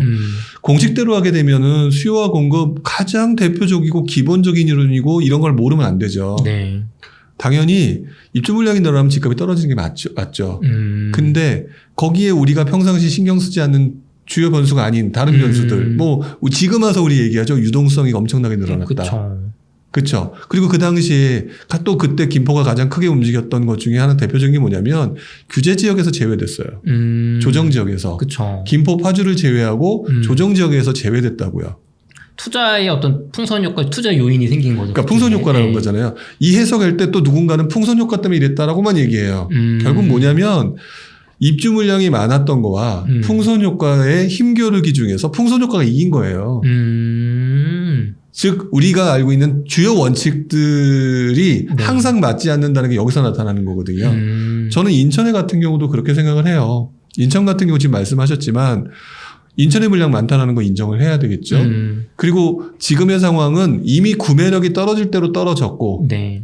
투자자들이 서울 수도권을 거쳐서 이제 인천으로 온 거잖아요. 네. 살 만큼 산 상황이었어요. 네. 살 만큼 샀기 때문에 더 이상 따라붙을 사람이 없는 상태에서 입주 물량에 대해서 걱정하고 있는데 금리 인상이라는 또 그런 이슈가 터졌고 그렇죠. 여기에 또 무슨 변수가 터질지 모르죠. 여기에 또 최근 들어서 그런 것들이 터지니까 뭐 송도 5억 떨어졌네, 청라 떨어졌네, 뭐가 떨어졌네 이런 상황이 발생되는 것들이 사람들로 하여금 확인하게 만들었잖아요. 더 이상 들어올 수 있는 수요자마저도 또 거서서 막아버린 거죠. 망설이게 되죠. 된 거죠. 네. 그렇기 때문에 정답을 찾으려고 하면 안 된다고 생각이 들어서 인천 같은 경우는 지금 상황으로 보게 되면 당분간 좀 애매하긴 해요. 근데 투자자인 제 입장에서 볼 때는 네. 아우 아까워라. 이게 보인다는 거죠. 왜 그러냐면 지금 상황 때문에 여러분들은 그렇게 얘기를 하시잖아요. 네. 뭐 주식은 어떤지 모르겠지만 부동산 같은 경우는요. 기본적으로 세금이 있기 때문에 단타를 좋아하시긴 하지만 그래도 최소한 1년, 2년 이렇게 보유를 해야 돼요. 네. 그럼 내가 파는 시점의 시기가 좋아야 되거든요. 그렇죠. 시기가 좋아야 되는 거기 때문에 지금 현재로 보게 되면 인천이 당분간 좀 애매할 거는 사실이지만 만약에 그 정도의 떨어짐이 굉장히 크다. 주변 시세 대비 급격히 떨어진 물건이 있다. 네. 근데 그런 물건이 있는 그 곳이 앞으로 여러 가지 뭐 호재라든지 이런 게 있다면 지금 자꾸 인천을 가지고 얘기하고 어디를 가지고 얘기하고 뭐 김포를 가지고 얘기했던 것도 마찬가지겠지만 투자하는 사람들은 그렇게 단편적으로 근시안적으로 보면 안 된다. 저는 항상 말씀드리고 싶거든요. 그렇기 때문에 지금 인천에 대해서 얘기하는 게 우리 황희정승 얘기 있죠. 네. 당신 말도 맞소. 이 말도 네. 맞소. 네. 저는 둘 다 맞다라고 봐요. 단 투자자는요. 2년 후 3년 후를 내다봐야 돼요. 2년 후 3년 후를 맞추라는 게 아니라 네. 2년 후 3년 후에 시장 돌아가는 그 변수들을 보기 위해서는 네. 지금 그 떨어지는 인천 중에서 나중에 만약에 들어오는 사람들이 선택한다면 그 싼 가격에 그러면 냉큼 먹을 수 있는 동네가 어딜까? 앞으로 바뀔 동네가 어딜까? 실제 단기간에 한 2, 3년 안에 네. 무언가가 예를 들어서 역세권이 생긴다. 네. 이런 것들에 대해서 집중을 하시는 게 맞다라는 거죠. 근데 지금 안타까운 거는 자기 스스로 투자자라고 얘기를 하는데 근시안적인 태도를 보이시는 분이 너무 많거든요. 그러다 다쳐요. 그러다 다친다. 지금은 상승장이었기 때문에 그동안은 상승장이었기 때문에 내가 하는 게 다 맞았죠. 네. 그리고 난 다음에 그게 어깨가 으쓱했겠죠. 옛날처럼. 근데 시장은 겸손해야 되거든요. 겸손해야 되기 때문에 저는 지금 오히려 이 시장이 굉장히 여러분들한테 좋은 경험을 하게 하는 시장이라고 생각해요. 저는 그렇게 생각을 해요. 정말 맞는 말씀이신 것 같아요. 지금처럼 뭔가 우리가 다양한 상승 요인, 하락 요인들이 사실 많이 있었잖아요. 근거들이. 네. 근데 거기서 깨져나가는 근거도 있고 네. 혹은 깨져나가는 것처럼 보이지만 대표님 말씀처럼 사실 힘겨루 중인 것도 있는데 이거를 지금 이렇게 우리가 적나라하게 이 맞고 틀리고라기보다는 이렇게 변수에 따라서 변화하는 거를 공부할 수 있는 시기가 따로 없다는 생각이 듭니다. 이 시기 하나하나마다 네. 공부할 게 너무 많아요. 네. 그리고 그 공부가 쌓이고 경험이 쌓이게 되면 내가 가지고 있는 지금 이제 가끔 사람들이 얘기하는 그 이론적 지식 이게 같이 섞이면서 굉장히 정교해진다고 생각을 하거든요. 그럼에도 불구하고 틀려요. 이게 저는 그 부룡 선생님하고 가끔 얘기하다 보면 시청자분들 저희가 원하는 이 속 시원한 대답 인천 사면 안 됩니다. 왜? 공급이 많아요. 몇 년 뒤에 사시면 됩니다. 사실 우린 이런 걸 원하잖아요. 그렇죠. 아니면 공급이 많지만 이 지역은 여기 생기고 2년 뒤, 3년 뒤를 봤을 때 지금 뭐 3억, 4억 이하로 떨어지면 이건 과대 낙폭입니다. 사실 이런 걸 원하거든요. 그렇죠. 근데 제가 대표님하고 얘기하다 느껴지는 게 그거를 자신있게 맞출 수 권하는 것 자체가 뭐 말이 안 된다 혹은 이거는 뭐 역량을 벗어나는 거다 해서 조심하신다 혹은 뭐 그런 느낌이 약간 받거든요. 그러니까 보면 뭐냐면 네. 그게 이제 사람들이 그 이중적인 성향이에요. 네. 왜냐하면 우리 이런 그 유튜브에서 보면 밑에다가 네. 모든 판단은 당신의 그 책임이 맞아. 있습니다. 시작할 때 다 나오죠. 다 들어가 있죠. 네. 그거 보고 있으면서 인정 안 하시는 거잖아요. 냉정하게 말하면 이게 뭐냐면 사람들이 이렇게 이만큼 이중적이란 거거든요. 나중에 그 또 저희도 알아요. 저도 이제 20년 해보니까 네. 일반인들 어떻게 행동하는지를 아는 게 뭐냐면 이렇게 해서 얘기하잖아요. 얘기하고 난 다음에 너 옛날에 이렇게 얘기했잖아. 그러면서 그 말을 유도를 하려고 하시는. 그런데 그거를 방어하기 위해서 수많은 사람들이 유튜브를 하면서 네. 여기 밑에다가는 모든 그 책임은 투자자들한테 달려 있습니다. 라고 해서 방어를 하는 거거든요. 네. 이게 서로 이중적인 태도라고 생각이 들어요. 그런 것들이 계속 이뤄지는 상황에서 계속 뭔가를 원한다? 정답을 그 사람이 얘기하는 것도 정답일 수가 없어요. 다치는 거는 여러분이거든요. 그럼 선생님은 불용 20년 투자자의 경력을 가진 나 불용이라 할지라도 내가 과거에 했던 예측들이나 말들은 얼마든지 틀릴 수 있고 네. 그거를 감안을 하셔야 된다. 그리고 자기가 스스로 판단하려고 하는 그거와 자기 투자 경험이 같이 합쳐져서 선택을 해야 되는 거거든요. 근데 제 말을 듣고 간다? 뭘 믿고요? 그렇죠. 그리고 난 다음에 예를 들어서 나중에 당신이 이렇게 얘기했지 않습니까? 라고 얘기하는데 그 말도 웃겨요. 왜? 돈 받은 게 없잖아요. 그쵸. 비용을 대가를 지불하고 한 건 아니죠. 근데 그 비용을 대가를 치르고 뭔가 하는 그런 것조차도 사실 틀릴 수 있다는 것들이 그쵸. 투자 있잖아요. 상황에서는 어쩔 수 있잖아요. 네네. 그러니까 결국 여러분들조차도 약간 이중적으로 사실상 너무 많은 것을 기대하고 있는 것이기 때문에 좀 냉정하게 판단하시는 게 좋다. 저는 요즘에 조금 그런 부분이 명쾌하게 얘기하는 게 더 위험한 시장이에요. 전 되게 솔직하다 그러니까 이 시청자분들이 물론 어떤 화가 나시거나 요 상황 때문에 기분 나쁘신 분들도 있으실 수 있는데 저는 부룡 선생님이 되게 솔직한 얘기를 해주셨다고 생각을 해요. 보통은 이런 얘기하기 쉽지가 않잖아요. 나는 틀릴 수 있고 여러분은 이중적이다. 이건 사실 어떻게 보면은 나도 나랑 싸울래? 뭐 이런 발언으로 보일 수도 있거든요. 네. 근데 이거를 솔직하게 얘기를 해주시는 게 사실은 이 영상을 보시는 시청자분들의 투자 판단을 돕는 행위입니다. 그게 여러분들한테 도움이 돼요. 네. 원래 사람은요. 자기중심적이에요. 저를 포함해서. 그래서 내 기준으로 세상을 보거든요. 네. 투자자는요. 내 기준으로 세상을 보면 안 돼요. 사람들의 심리가 어떻게 움직이는지 보려면 전지적인 3차 시점에서 봐야 돼요. 나는 이렇게 생각하고 쟤는 이렇게 생각하고 그러면 전지적인 3차 시점에서 그러니까 얘가 이렇게 움직이겠구나. 그러면 난 먼저 들어가야겠네. 이렇게 가야 되는 거거든요. 이게 맞는 거라고 저는 생각이 들고요. 해보니까 그게 제일 정확해요. 그러면 약간 요거를 저희 시청자분들께서 확 와닿을 수 있게 제가 조금 질문을 바꿔보겠습니다. 선생님, 제가 느끼기에는 과거에 2006년, 7년에 그 어떤 분위기 시장이 꺾이고 소형만 좀 올라가고 미분양이 세고 미국의 어떤 지금처럼 뒤숭숭했을 때 그때와 비교를 했을 때 선생님께서는 그래 지금 PIR 수치로 봤을 때 구매력이 떨어질 만큼 떨어진 것도 너무 비싼 것도 맞다. 너무 오래 오른 것도 맞다. 네. 심리가 죽은 것도 맞다. 금리도 급격하게 오르고 경제 침체가 올 수 있다는 우려 때문에 굉장히 어려워진 건 맞는데 네. 수요와 공급이라는 측면에서 봤을 때 공급이 서울은 수도권을 포함했을 때는 뭐 적정 물량 정도가 이게 뭐 부족하거나 넘치진 않는다. 근데 중요한 건 미분양이 쌓여있지 않기 때문에 이 버티는 힘이 있는 상태이기 때문에 이 외부 이슈와 지금은 아까 얘기해 주신 김포처럼 역대급 공급 물량 속에서도 뚫고 올라간 것처럼 이 힘겨루기를 하다가 이 지금 가격이 좀 더 무너질 수도 있고 요 시장 환경이 바뀌거나 정책적인 지원이 오면 우리의 예상을 뛰어넘고 이렇게 금리가 높은데도 다시 올라 갈 수도 있기 때문에 조금 이 뭔가 확언을 해서 떨어진다 오릅니다 하기가 되게 어려운 상황이다. 어려운 시기다. 물론 대충 뭐 길게는 예측이 가능하죠. 네. 우리 맨날 얘기하는 거. 근데 듣기 싫어하는 얘기. 부동산은 장기적인 우사장애이다. 좀 10년 뒤에 오르겠죠. 네. 근데 또 이 얘기를 또 바꿔 말하게 되면은요. 지금 되게 두려워하시는 금리 인상. 네. 떨어질 거예요. 그죠. 나중에 떨어지겠죠. 경제 이게 해결이 됩니다. 왜 그러냐면 결국 지금 현재 금리 인상을 하고 있는 게 물가 상승 때문이거든요. 근데 물가 상승하고 그러면 소비 위축되겠죠. 네. 소비 위축되게 되면 경기 침체되겠죠. 물가 상승에 소비 위축이면 스태그플레이션이에요. 그렇죠. 스태그플레이션이면 경기 활성화로 나가야 돼요. 금리 인하해야 돼요. 큰 방향성은 이렇게 간다고요. 그렇죠. 근데 과연 이 내용을 알고 있느냐? 파월 의장께서 최근에 우리가 물가 상승, 인플레이션을 잡기 위해서 70년대에 빠르게 이제 경기 침체와 또 금리를 내리는 그 행동을 반복하지 않겠다라는 말에 특히나 더 지금 공부하신 분들이 겁을 먹고 있거든요. 근데 제가 볼 때는 그분들도 결국에는 정치인의 수사를 쓰고 있다.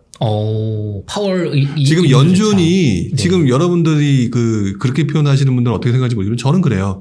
연준도 정치인이라고 봐요. 왜냐면은 세상을 바꿀 수 있는 사람들이거든요. 네. 세상을 바꿀 수 있는 사람들의 말 한마디가 얼마나 굉장히 위험한 발언이고 시장을 얼마나 뒤집어 버릴 수 있는 발언인지를 그분들도 지난 연준 의장이 되기 전까지 그 밑에 있는 위원으로 있으면서 얼마나 경험을 많이 했겠어요. 지금 제롬 파월 의장이 네. 하기 전에 그 이전에 수많은 사람들이 있었었고 그걸 다 봤을 텐데 네. 그래서 전 정치적인 수사라고 봐요. 개인적으로. 그거를 너무 맹신해서는 안 된다. 물론 이 대비는 해야겠지만 그죠? 이 부분은 되게 중요한 것 같아요. 그거를 그거는 정치인의 말이고 그렇게 될 리가 없어라는 말씀을 하시는 건 아닙니다, 시청자 여러분. 그러니까 우리는 뭐 지금 더 투자해야 돼 그 얘기를 하시는 건 절대 아니에요. 그렇죠. 시장이 돌아가는 데 있어서 지금 제가 말했던 이런 내용들이 머릿속에 정리가 되어 있느냐. 그거에 따라서 판단력이 조금 더 좋아진다거나 좀 예리해진다고 저는 이렇게 생각이 들어요. 제 말이 맞다 틀리다를 떠나서 여러분들 머릿속에 부동산이든 주식이든 네. 그러니까 저 같은 경우는 저는 투자는 다 한 방향이다. 네. 하나다. 결국 욕심에 따라서 움직인다. 또 그거에 따라서 수요 공급이 나타난다. 뭐 약간 이런 식을 가지고 있는 것처럼 여러분들도 뭔가 기준을 세워갖고 가지고 가셔야죠. 그러면은 뭐 지금처럼 부동산이 조금 더 뭐 계단식 하락을 좀 장기적으로 갈 수도 있고 다시 상승 반전할 수도 있는데 많은 분들이 조금 염려하시는 약간 장기 하락 시나리오로 특히나 서울 수도권이 간다고 할 때 이런 시기에 뭐 경매나 뭐 수익형 부동산 이런 것들이 다시 각광을 받는다고 들었습니다. 그게 좀 어떤 메커니즘으로 돌아가는 걸까요, 대표님? 일단 부동산 시장은요. 실수자와 투자자들이 움직이는 시장이잖아요. 네. 근데 하락장이면 투자자들이 움직이지가 못하죠. 그죠, 뭐 투자해서 벌 게 없죠, 이제. 근데 제가 아까 처음에 말씀을 드렸지만 투자자가 알고 보면 실수요자예요.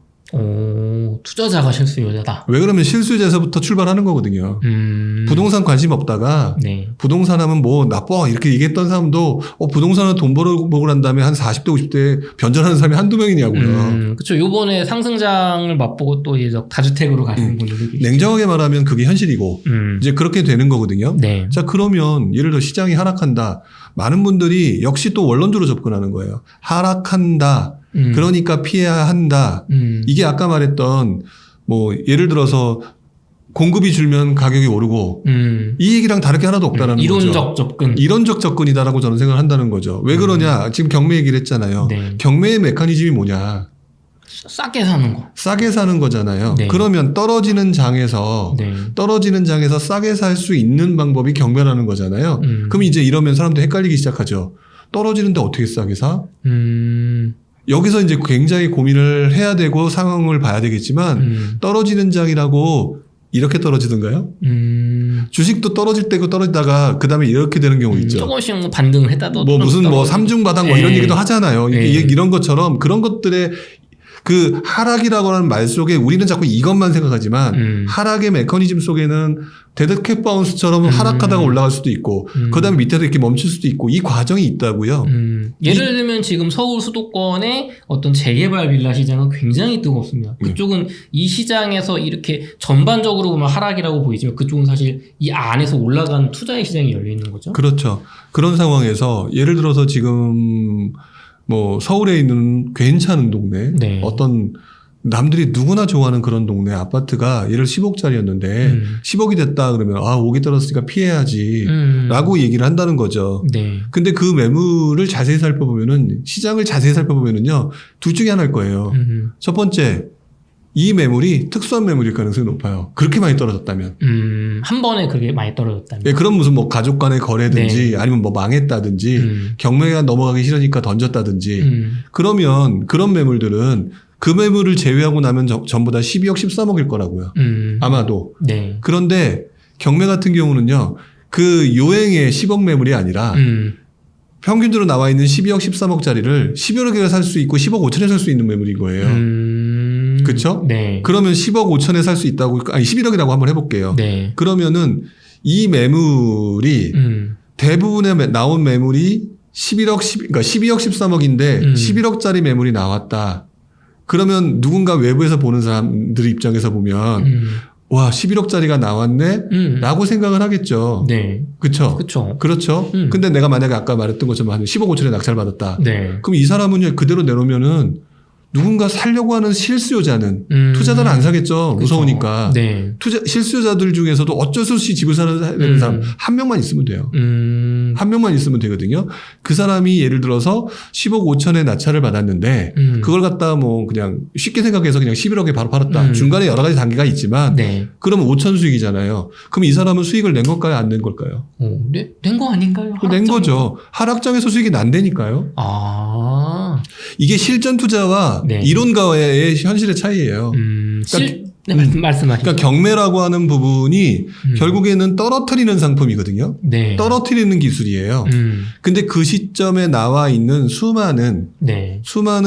그 절대 가격들 네.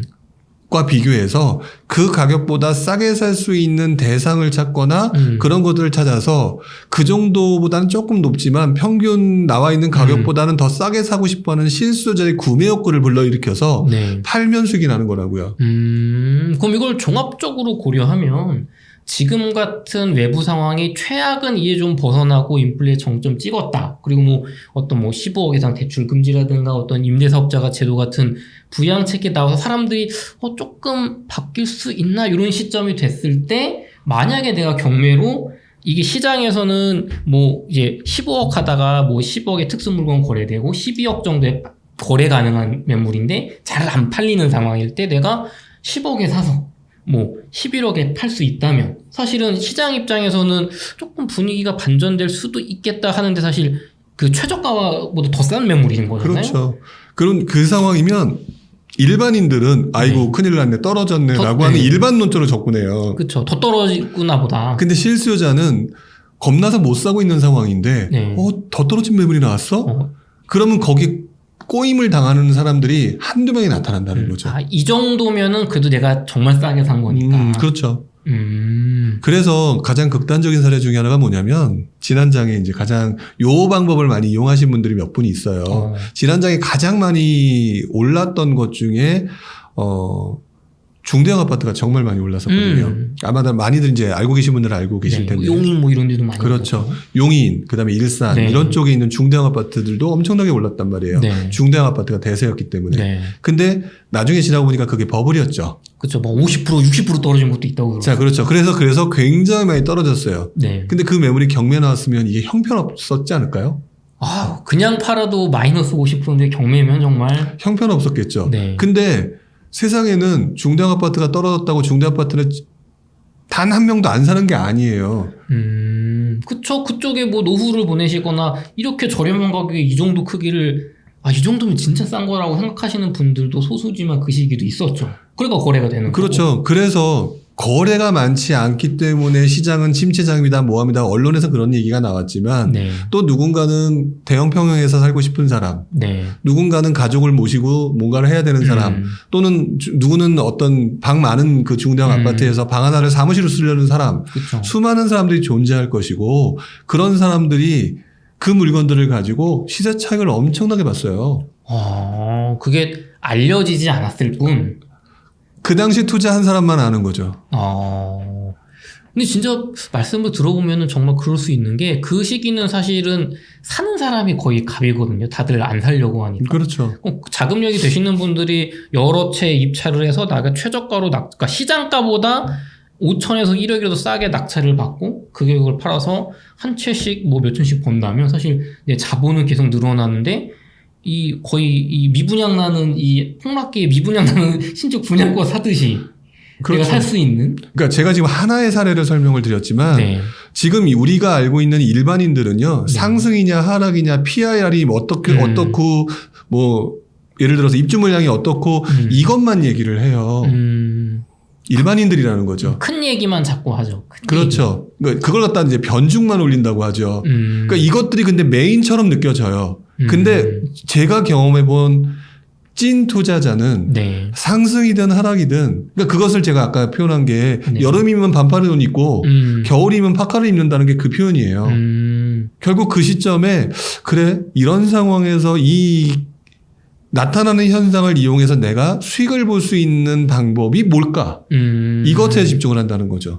이게 사실 알고 보면 찐 투자자라고 봐요. 부동산 쪽에 있는 분들 중에서. 약간 번외 얘기긴 한데 그 제가 아는 분 중에는 지금 이런 식으로 접근하는 분이 있어요. 매매가는 뭐 떨어지겠지. 근데 나는 이번 상승장에 어느 정도 수익을 받기 때문에 나는 뭐 월세를 받을 수 있는 투자를 하는데 이분은 월세가 앞으로 크게 올라갈 수밖에 없는 이제 공급이 부족한 지역에 뭐 아파트 구매 좀 저렴한 아파트나 빌라를 사서 수익률이 굉장히 높거든요. 특히 지방 같은 경우는 이 수익률이 정말 높은 곳들이 꽤 있어서 네. 그거를 막 10채 20채를 모으니까 막 월 500, 600씩 그냥 이 들어오는 거예요. 물론 이 투자금이 많이 묶여 있긴 한데 이게 시뮬레이션 돌려봐도 야 이게 4년, 5년 이렇게 돌면 상당히 회수가 되는 거거든요. 지금 그 말씀하신 그 방법이 네. 지난 장에 우리가 흔히 말하는 2008년 이후에 2014년까지 흔히 말하는 유행하던 또 다른 투자 방법 중에 하나예요. 그 당시에. 그 방법만 하나만 있었던 게 아니라 아까 네. 말했던 경매, 기타 네. 무슨 전세 갭 투자 다양하게 있었지만 지금 네. 말씀하셨던 것처럼 그렇게 투자를 해서 그때는 양도세 준 거 없고 다주택자 때려잡지 않았잖아요. 네. 그러니까 내가 할 수 있는 선에서 이렇게 수익을 갖다가 극대화할 수 있는 게 뭐냐 이러면서 뭐 그게 꼭 아파트냐 오피스텔이냐 안 따지고 그렇게 해서 개수를 늘린 사람들이 상당히 많았었고요.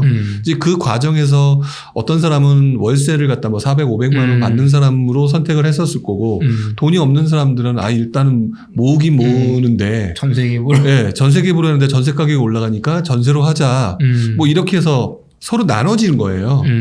지금 그것만 해도 투자 방법이 두 개인 거잖아요. 그렇죠. 벌써 방향성이 두 개가 나눠지죠. 아까 말했던 경매 얘기도 세 번째 방향이잖아요. 그래서 지금 제가 하락이든 상승이든 별로 큰 의미가 없다. 오히려 투자는 그러니까 변함이 없는 것 같아요. 옷을 바꿔 입으면 되는 거예요. 옷을 바꿔 입어야 되는데 오늘은 무슨 옷 입지라고 생각을 할 수 있는 사람이 되어야 된다는 거죠. 그러기 위해서는 불용이라는 사람이 여기 괜찮습니다라고 해서 따라올 거냐? 그러면 실력 안 늘어요. 그렇죠. 그럼 의존하게 되는 그렇죠. 숫자고. 의존하게 되는 것. 제가 만약에 마음 굉장히 잘못 먹고 제가 갑자기 좀 요즘 분위기가 안 좋아져서 내가 이번에 한탕 해먹고 튀어야겠다. 노후 자금을 한번. 네, 해서 저 캐나다로 튀어야겠다. 이러면 당하시는 거란 말이에요. 그렇기 때문에 여기 있는 사람들을 전부 다 맹목적으로 신뢰할 필요도 없고요. 그 사람이 틀렸다고 뭐라고 할 것도 없어요. 지금 너무 뭐라고 하시니까 제가 조금 안쓰러워서 안타까워서 제가 말씀을 드리는 거지만 결국 방법은 다양해요. 내가 공부를 하고 열심히 찾으면 이런 하락장에서도 투자자로서 물론 상승장만큼 엄청난 수익이 나오는 건 아니겠지만 그렇죠. 시장 상황이 어쨌든 안 좋으니까 그럼에도 불구하고 이 꾸준한 투자 수익 혹은 기회를 볼 수 있는 기회가 있으니까 너무 이 거시적인 것만 자꾸 이게 어떻게 될지 모르는 걸 하려고 하지 말고 이 상황에서 내가 이 부분을 할 수 있을까? 내 지식이 될까? 내 그릇이 될까? 근데 그런 게 좀 있는 것 같아요, 대표님.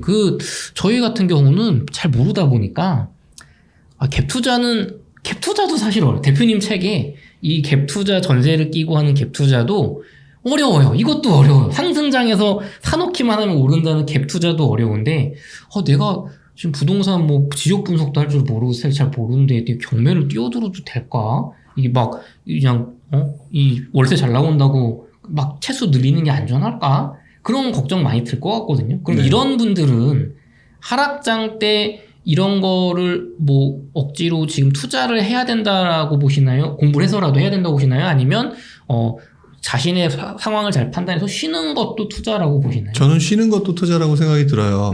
근데 쉰다고 해서 네. 아무것도 안 하고 쉰다는 의미가 아니죠. 공부할 건 공부해야 되겠죠. 내가 지금 그러니까 감당할 리스크가 커서 못하는 것이니까 쉬는 네. 것이지 공부를 하는 시기로 써야 된다. 그 시기를 경험을 그렇죠. 투자라도 하고. 뭐 하면은 소액이라도 투자해보면 되죠. 근데 거기다 또 욕심이 하나가 들어가는 거죠. 절대 손해보기 싫다. 왜냐면 2,000 내가 한번 공부하는 요금을 많이 벌었으니까 투자한다고 해도 그래도 또 벌고 싶잖아요. 그죠? 떨어지면 안 되잖아요. 그러니까 그게 사람의 성향마다 틀리겠지만 네. 그게 싫으면 공부하라고 그랬더니 그것도 하기 싫은 거예요. 공부 복잡하거든요. 네, 그런데 일단 뭐라도 해봐야 되는 게 맞는 것 같아요. 그리고 대체적으로 그렇게 말하는 사람들을 자세히 보게 되면 좀 톡 까놓고 얘기를 하게 되면 변명이 많아요. 냉정하게 말해서. 그리고 실제로 책에서 보게 되면 네. 뭐 부자들을 뭐 쫓아가야 된다. 부자들의 습성을 따라야 된다. 부자들의 습관을 봐야 된다. 이런 네. 얘기하잖아요. 거인의 어깨에 네, 올라타라. 자세히 보시게 되면 거기 내용에 공통적으로 나오는 게 보면 right now예요. 지금 당장 해봐라. 근데 자세히 생각해 보면 그렇게 말하는 사람, 지금 말씀해 주신 내용이 어떤 면에서는 변명인 거예요.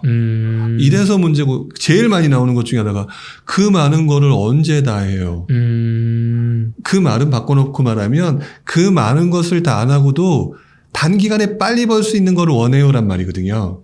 그런 게 어딨어요. 그런 게 어딨냐고요. 그러면 그것들을 속으로 말하면 날도둑놈인 거죠. 그럼 대표님, 우리가 상승장에서 갭 투자 혹은 뭐 일시적 1가구 2주택, 뭐 분양권 투자, 다양한 투자들이 있었잖아요. 이런 투자들의 어떤 난이도와 하락장에서의 경매나 어떤 지방 투자 혹은 뭐 소액 투자 그런 투자들의 난이도 차이가 뭐 상승장 때의 난이도가 이게 투자 방법들이 1이었다. 그럼 하락장은 그 난이도가 어느 정도가 될까요? 숫자상으로?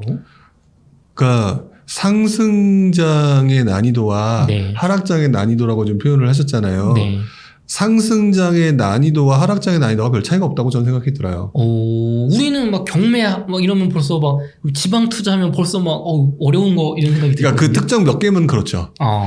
상승장이라고 해서 난이도가 예를 들어서 되게 사기만 하면 올랐으니까 그쵸. 그런 거 같잖아요. 네. 근데 우리가 하락장이잖아요. 네. 하락장이라고 말하는 것들 아까 이제 대표적인 경매 얘기를 했지만 하락장이라고 말하는 그 시기에 굉장히 난이도가 편하게 쉽게 왔던 투자가 견세 갭 투자예요.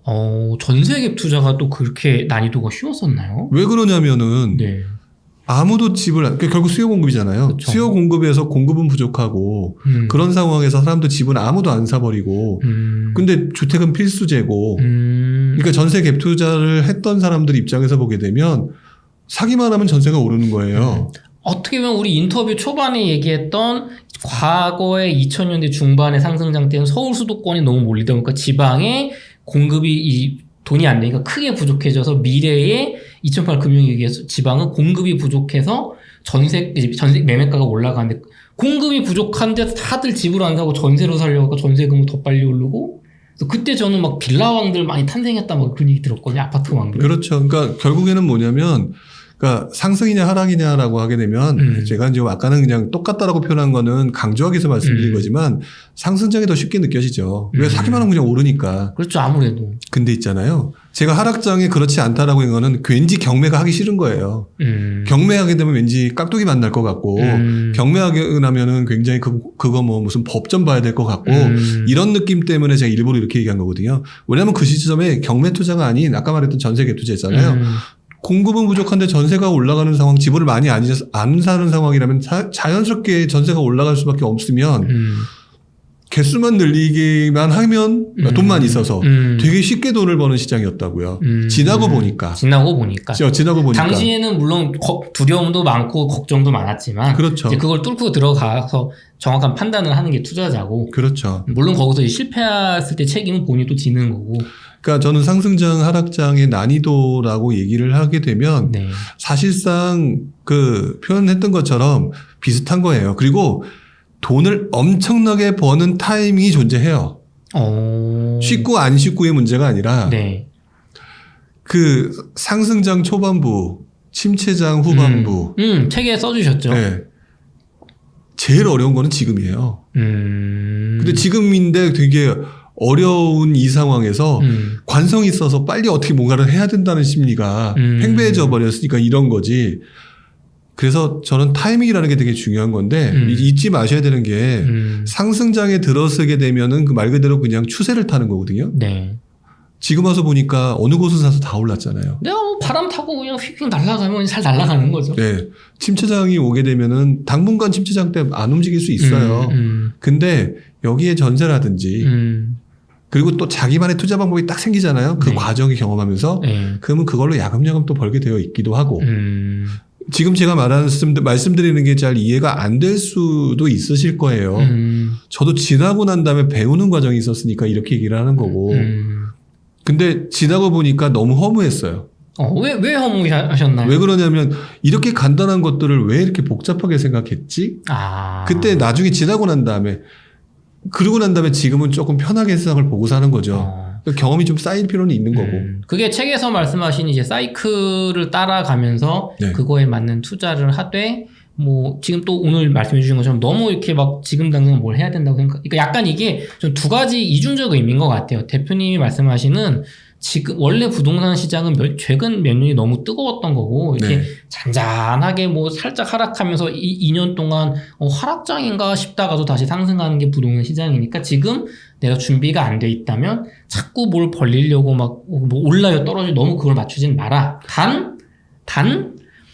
만약에 추세가 변했다면 그 안에서 어떤 투자를 해서 내가 수익을 거둘 수 있는 방법이 분명히 존재를 하니까 투자를 꼭 안 하더라도 공부를 하면서 준비를 해야지 뭐 어려워서 뭐 경매는 안 해요 뭐 그렇게 하면 빠져나가지 말라 약간 이렇게 그렇죠. 네, 느낌이 옵니다. 네. 그리고 자꾸 이제 하락장 얘기들을 많이 하시면서 제일 많은 질문 중에 이런 질문을 많이 받아왔어요. 어떤 질문 하시죠? 하락장이 시작됐습니까? 뭐 이렇게 표현을 하시는데 제 경험상 네. 하락장을 인정하지 않아요. 사람들이. 네. 우리가 알고 있는 게 하락장의 그 지난 바로 네. 직전에 하락장은 2008년부터 얘기를 하잖아요. 네네. 근데 그 하락장을 2008년, 9년, 10년 이때까지 네. 제 기억으로는 사람들이 하락장을 인정하지 않았던 걸로 기억해요. 이거는 그냥 조정장이다? 조정장이다. 그러니까 하락장이라고 하는 거는 지나고 난 다음에 사람들이 이때 하락이었구나. 그래서 실제로 다들 하락장이라고 느꼈던 때는요. 2011년 이후 12년 그러니까 11, 12, 13 요때였었어요. 근데 재밌는 거는 그때부터 시작해서 또 다른 투자 상품이 유행하기 시작했는데 그럼 그 가장 아까 말했던 경매 네. 그리고 그때부터 전세 갭 투자가 세상 사람들한테 막 퍼지기 시작했던 네. 그런 시기이기도 하고 그러면 결국 투자는 계속된다. 이 얘기가 틀린 게 아닌 거거든요. 제가 선생님한테 좀 외람되지만 그 날카로운 질문 하나 해보겠습니다. 네. 선생님의 책에 네. 7단계 사이클을 설명하시면서 네. 저는 읽으면서 약간 그런 생각이 들었어요. 이건 제 얘기입니다. 시청자분들 입장이 아니에요. 네.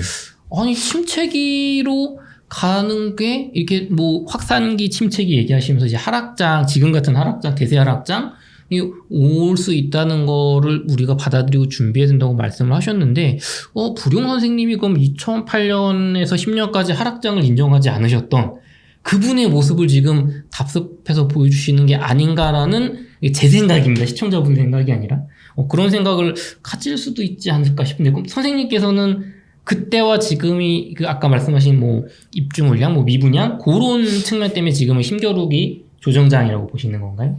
그렇죠. 하락장이라고 하는 부분은 저뿐만 아니라 나머지 사람들도 네. 이게 한번 생각을 해보세요. 저희는 이미 여러분들한테 유튜브로 알려진 사람들이에요. 저희가 말 한마디를 하게 되면 예를 들어서 불용이라는 사람이 하락장이다 라고 얘기를 하는 순간 확증 편향이라는 심리학 용어가 있죠. 또다시 이것이 퍼져나갈 수 있는 요인이 될 수 있어요. 근데 하락장인데 그렇게 말하는 게 뭐가 문제냐라고 얘기할 수 있겠지만 투자 시장은 그런 게 아닌 것 같아요. 사람이 심리에 의해서 움직이기 때문에. 네, 그렇기 때문에 그리고 실제로 그렇게 움직이는 것 같았어도 상승을 하기도 하고 하락하기도 하를 봤었기 때문에 네. 그 당시에 제가 하락장을 사람들이 인정하지 않았다는 얘기는 그만큼 지켜보면서 눈여겨보면서 또 투자할 곳을 찾았다는 얘기거든요. 근데 지나고 난 다음에 그렇게 찾았더니 별로 많지는 않고 가격은 좀 더 떨어지니까 이게 하락장이었구나 이런 개념이었지. 그 하락장이라는 것 자체를 그냥 안 인정하느냐가 중요한 게 아니라 그 와중에 뭔가 방법이 없을까 하고 눈을 부릅뜨고 찾아보는 사람들이 너무 많았다는 거죠. 그리고 그 방법을 찾았던 사람들이 결국 거기서 수익을 얻어서 오히려 그때 반등을 하는데 되게 큰 도움을 받았고. 이게 어떻게 보면 연결되는 얘기네요, 대표님. 그 어떤 겨울과 여름에 따라서 옷을 잘 바꿔 입어서. 네. 그래, 하락장일 수도 있겠지. 근데 나는 그렇다면은 뭐 지방에 이런 전세 공급이 부족한 지역의 전세계 투자나 경매를 공부해서 내가 싸게 해서 수익을 거두는 이 투자 혹은 이제 그 수익률이 좋은 곳을 많이 모으는 난 이게 답이라고 생각해서 과감하게 준비된 분들은 성공을 하셨고. 네. 과거의 방식을 답습하면서 다시 크게 또 오를 거야. 뭐 수도권 갭 투자하고 이런 분들은 이제 손해를 봤기 때문에 하락장 상승장을 맞추는 거에 자꾸 집중하기보다는 네. 그래 그럼 하락장에서 유망한 투자는 내가 뭘 할 수 있을까? 내가 어떤 걸 공부하면 될까를 만약에 내가 투자로 수익을 거두고 싶다면 그거에 집중을 하자. 그래서 모르겠으면 뭐 불용이 뭐라고 떠드는지 들어보고 그쵸. A라는 사람, B라는 사람, C라는 사람이 뭐라고 떠드는지 들어보고 난 다음에 그 방법을 찾는 데 있어서의 팁을 줄 만한 사람들을 찾는 게 맞는 거죠. 그게 맞는 건데 하락장인지 아닌지 얘기해봐. 아무 의미 없다는 거죠. 이게 참 저희 시청자분들께서 불용 대표님의 이 진심을 좀 알아주셨으면 좋겠습니다. 이 얘기 포인트를. 네. 이게 참 전달되기 유튜브로 이게 쉽지 않은 얘기인데 저 옆에서 이렇게 선생님하고 얘기를 하다 보니까 그게 많이 느껴져요. 그 단순히 올라요, 떨어져요, 뭐 지금 사면 좋아요, 어느 지역 유망해요 이런 단편적인 그런 걸로 접근을 하면 안 되는 시장인데 자꾸 거기에만 매몰되는 게 좀 안타까워하신 게 좀 느껴집니다. 근데 그게 이제 유튜브의 폐해일 수도 있는 것 같긴 한데. 근데 또 선생님 반대로 생각해 보면 제가 또 시청자분들 입장을 대변해 보면. 네. 부동산 유튜버들이 몇 년 동안 뽐뿌질 많이 했잖아요. 공급 부족하다, 무조건 오른다. 인천 더 오릅니다 했잖아요. 그래서 어떤 그런, 물론 이제 모든 분들이 그러신 건 아닌데, 그런 좀, 뭐랄까, 좀 반발 심리? 그런 것도 조금은, 감수도 좀 해야 되는, 우리가 좀 이제 반성을 해야 되지 않나 그런 생각도 좀 있습니다, 개인적으로. 그러니까 저도 되게 많이 얘기한 부분 중에 하나인데, 저를 믿지 마세요. 라는 얘기를 되게 저는 많이 했던 네, 저도 기억에 납니다. 사람 중에 하나인 것 같은데 사실 말씀하신 것처럼 이 바닥에는 좋은 사람과 나쁜 사람이 분명히 있을 거고요. 그리고 난 다음에 여러 가지 본인들의 그 수익을 창출하기 위한 목적으로 들어온 사람들도 있을 것이고요. 실제로 이렇게만 하는 저 역시도 그 수익을 창출하는데 분명히 노력을 하고 있죠. 그러니까 이런 과정에서 결국 냉정하게 보면 본인이 빼먹을 것들이 무엇냐를 갖다가 서로 잘 선택하는 게 더 중요한 것 같아요. 너무 사람의 말이나 어떤 예상을 믿지 말고 결국은 내가 공부하고 내가 판단하고 책임도 내가 져야 하는 것이 이 투자 시장이다. 그렇죠. 점쟁이한테 가서 듣는다 하더라도 네. 점쟁이가 이거 한다고 그랬어 라고 하면 그 좋은 기분을 가지고 또 열심히 노력하잖아요. 네. 근데 결국 그 좋은 결과 나오는 건 자기가 노력해서 해요. 그렇죠. 잘 된다고 하니까 더 잘해봐야지. 기분 좋게 그런 거고. 네. 근데 또 예를 들어서 하지 마라 라고 했는데 지금 할 수밖에 없는 상황이면 또 노력해서 성공하는 사람도 있는데 그쵸. 누군가는 안 해가지고 또 결국은 그 말이 확증 편향이 들어가면서 또 안 되는 경우도 있는 거잖아요. 다를 게 하나도 없는 것 같아요. 대표님, 그래도 저희는, 답을 좀 원합니다. 이, 지금같이 불투명한 상황에, 지금 대구 같은 경우는 사실 공급 물량이 굉장히 많잖아요. 최근에 아실이라는 그런 앱 같은 걸로 봤을 때. 그래서, 우리가 조금 이론적인 관점에서 봤을 때, 대구는 분명히 가격이 많이 오랜 기간 상승했다가 지금 크게 조정을 받는 시기고, 공급 물량이 워낙 많고 이런 외부 환경이 안 좋으니까, 정말로 거품이 많이 거품일 수도 있고 이게 제대로 된 밸류에이션일 수 있지만 어쨌든 가격이 지금보다도 더 많이 하락할 가능성이 대단히 높게 보고 있잖아요. 그럼 이런 시장은 상대적으로 우리가 이렇게 뭐 지방 갭 투자나 경매 같이 어려운 투자하시는 이런 거 좀 어려워하시는 분들한테는 그래도 소액으로 조금 요 기회를 잘 잡으면 그래도 어느 정도 안정적으로 할 수 있는 투자가 될 것 같은데 대표님께서는 대구의 어떤 그런 분양권 투자 뭐 몇 년 뒤가 될지 모르겠지만 그거 접근 자체는 뭐 어떤 식으로 생각하시나요? 큰 그림으로 보게 되면 네. 큰 그림을 보게 되면 광역시 이상급은 무조건 좋아요. 무조건 좋아요라고 말만 기억하시는 것도 문제지만 어쨌든 무조건 좋다고 했어. 근데 문제는 여기서 여러분이 생각하셔야 될 거는 시간이라고 하는 것들을 본능적으로 기억하셔야 돼요. 시간이라고 하는 부분을. 네. 아마 제가 좋아요라고 얘기했으면 다 거두절미하고 좋아요. 그러니까 지금 가야지. 이런 분들도 계실 수 있을 텐데 이 말은 뭐냐면 본인이 그리고 거의 대부분의 사람들이 단기적으로 뭔가 빨리 하기를 원하죠. 뭐 내년에 내후년 2년 뒤에 뭐 비과세로 막 다 먹길 바라죠. 뭐 어쩌고 저쩌고 해가지고 하기를 원하는 건데 그러기에는 대구가 지금 흔들리기 시작한 지 얼마나 됐나? 이제 1년 정도 됐나요? 그쵸? 네. 1년 정도 됐는데 그 1년 가지고 지금 투자를 갖다가 들어가냐 마냐 얘기하는 거는 진짜 제가 볼 땐 투자 안 해본 거예요. 시간에 투자하는 사람이 이기는 거거든요. 대구라고 하는 동네는 워낙 광역시. 누가 봐도 좋아하는 곳이기 때문에 완벽할 때 들어가면 정말 큰 수익이 날 거예요. 2008년, 2009년 이후에 들어갔던 사람들이 대구에서 엄청난 수익을 냈죠. 5억에 사서 20억에 파셨죠. 위브더제니스. 엄청난 수익이 났던 이유가 뭐냐? 확실한 현상이 나타나야 되는 거거든요. 그때 확실한 현상이 뭐냐? 일단 공급이 부족이 표면화가 됐어야 돼요. 근데 지금 공급의 부족이 표면화 됐냐고요. 냉정하게. 그리고 여기에 당시 트리거가 됐던 수많은 얘기 중에 하나가 양도세 감면과 같은 정부 정책들이 들어왔느냐. 이런 것들이 있어야 되겠죠. 여기에 더 재밌는 거는 실소자가 안 샀길래 다 떨어졌거든요. 그렇죠. 투자는 남이 안 살 때 싸게 사야 되는 거거든요. 네. 지금 다들 쳐다보고 있는데 어떻게 싸게 사요? 지금 아마 물론 사람들이 지금 떨어지던데요 라고 얘기할 수는 있겠죠. 근데 이분들도 급한 사람들 제외하고는 올라갈 거야 라고 붙들고 지금 굉장히 희망 고문을 하고 계실 거예요. 제일 좋은 방법은요. 더더구나 대구라고 제가 하는 부분, 그러니까 광역시 이상급이라고 하는 부분은 누구라도 인정할 수밖에 없는 곳. 그렇잖아요. 그러니까 본질 가치가 뛰어난 곳이죠. 그렇죠. 본질 가치가 뛰어난 곳에 여기에 완벽한 투자 타이밍. 완벽한 투자 타이밍은요. 말 그대로 공급 부족이 표면화돼야 되는데 지금은 공급 부족이 표면화가 아니잖아요. 과다 공급이 표면화돼 있죠. 그렇죠. 과다 공급이 표면화되는데 왜 이렇게 말들이 많냐 이거죠. 제 말은. 지금 그 시기는 아직 한참 남았는데. 조금 더 남은 것 같고 물론 제 말이 중간에 변수들이 되게 많이 터질 수 있기 때문에 너무 좋은 곳이기 때문에 관찰을 하고 있어야 돼요. 근데 지금 저한테 물어보거나 여기 물어보는 사람들이 대표적인 그 속마음은 뭐냐. 그래서 언제 들어가냐고요. 굉장히 빠른 느낌일 거라고요. 언제 사면 최저점입니까? 근데 그러기에는 그리고 지금 대구 같은 경우는 지금 현재 여러분들 뭐 입주 물량 이런 거 많이 보시잖아요. 입주 물량은 인허가 물량이 빠져 있단 말이에요. 인허가 물량이 빠져 있잖아요. 인허가 물량은 어느 순간 갑자기 튀어 올라와요. 인허가 물량이라는 게 대표님 뭔가요? 나 이 동네 집 질게라고 허가 신청하는 거죠. 입주 물량은 네. 착공한 거죠. 이미 짓고 있는 거. 네, 짓고 있는 것들이기 때문에 3년에 입주한다는 게 표면화됐잖아요. 네. 인허가 물량 같은 경우는 좀 애매한 부분이 있어요. 근데 인허가 물량이 대구가 많죠. 구청에서 나는 지을 테니까 허가를 해서 허가를 받았는데 아직 착공을 못한 거죠. 지을 수도 있고 안 지을 수도 있고 상황에 따라. 그렇죠.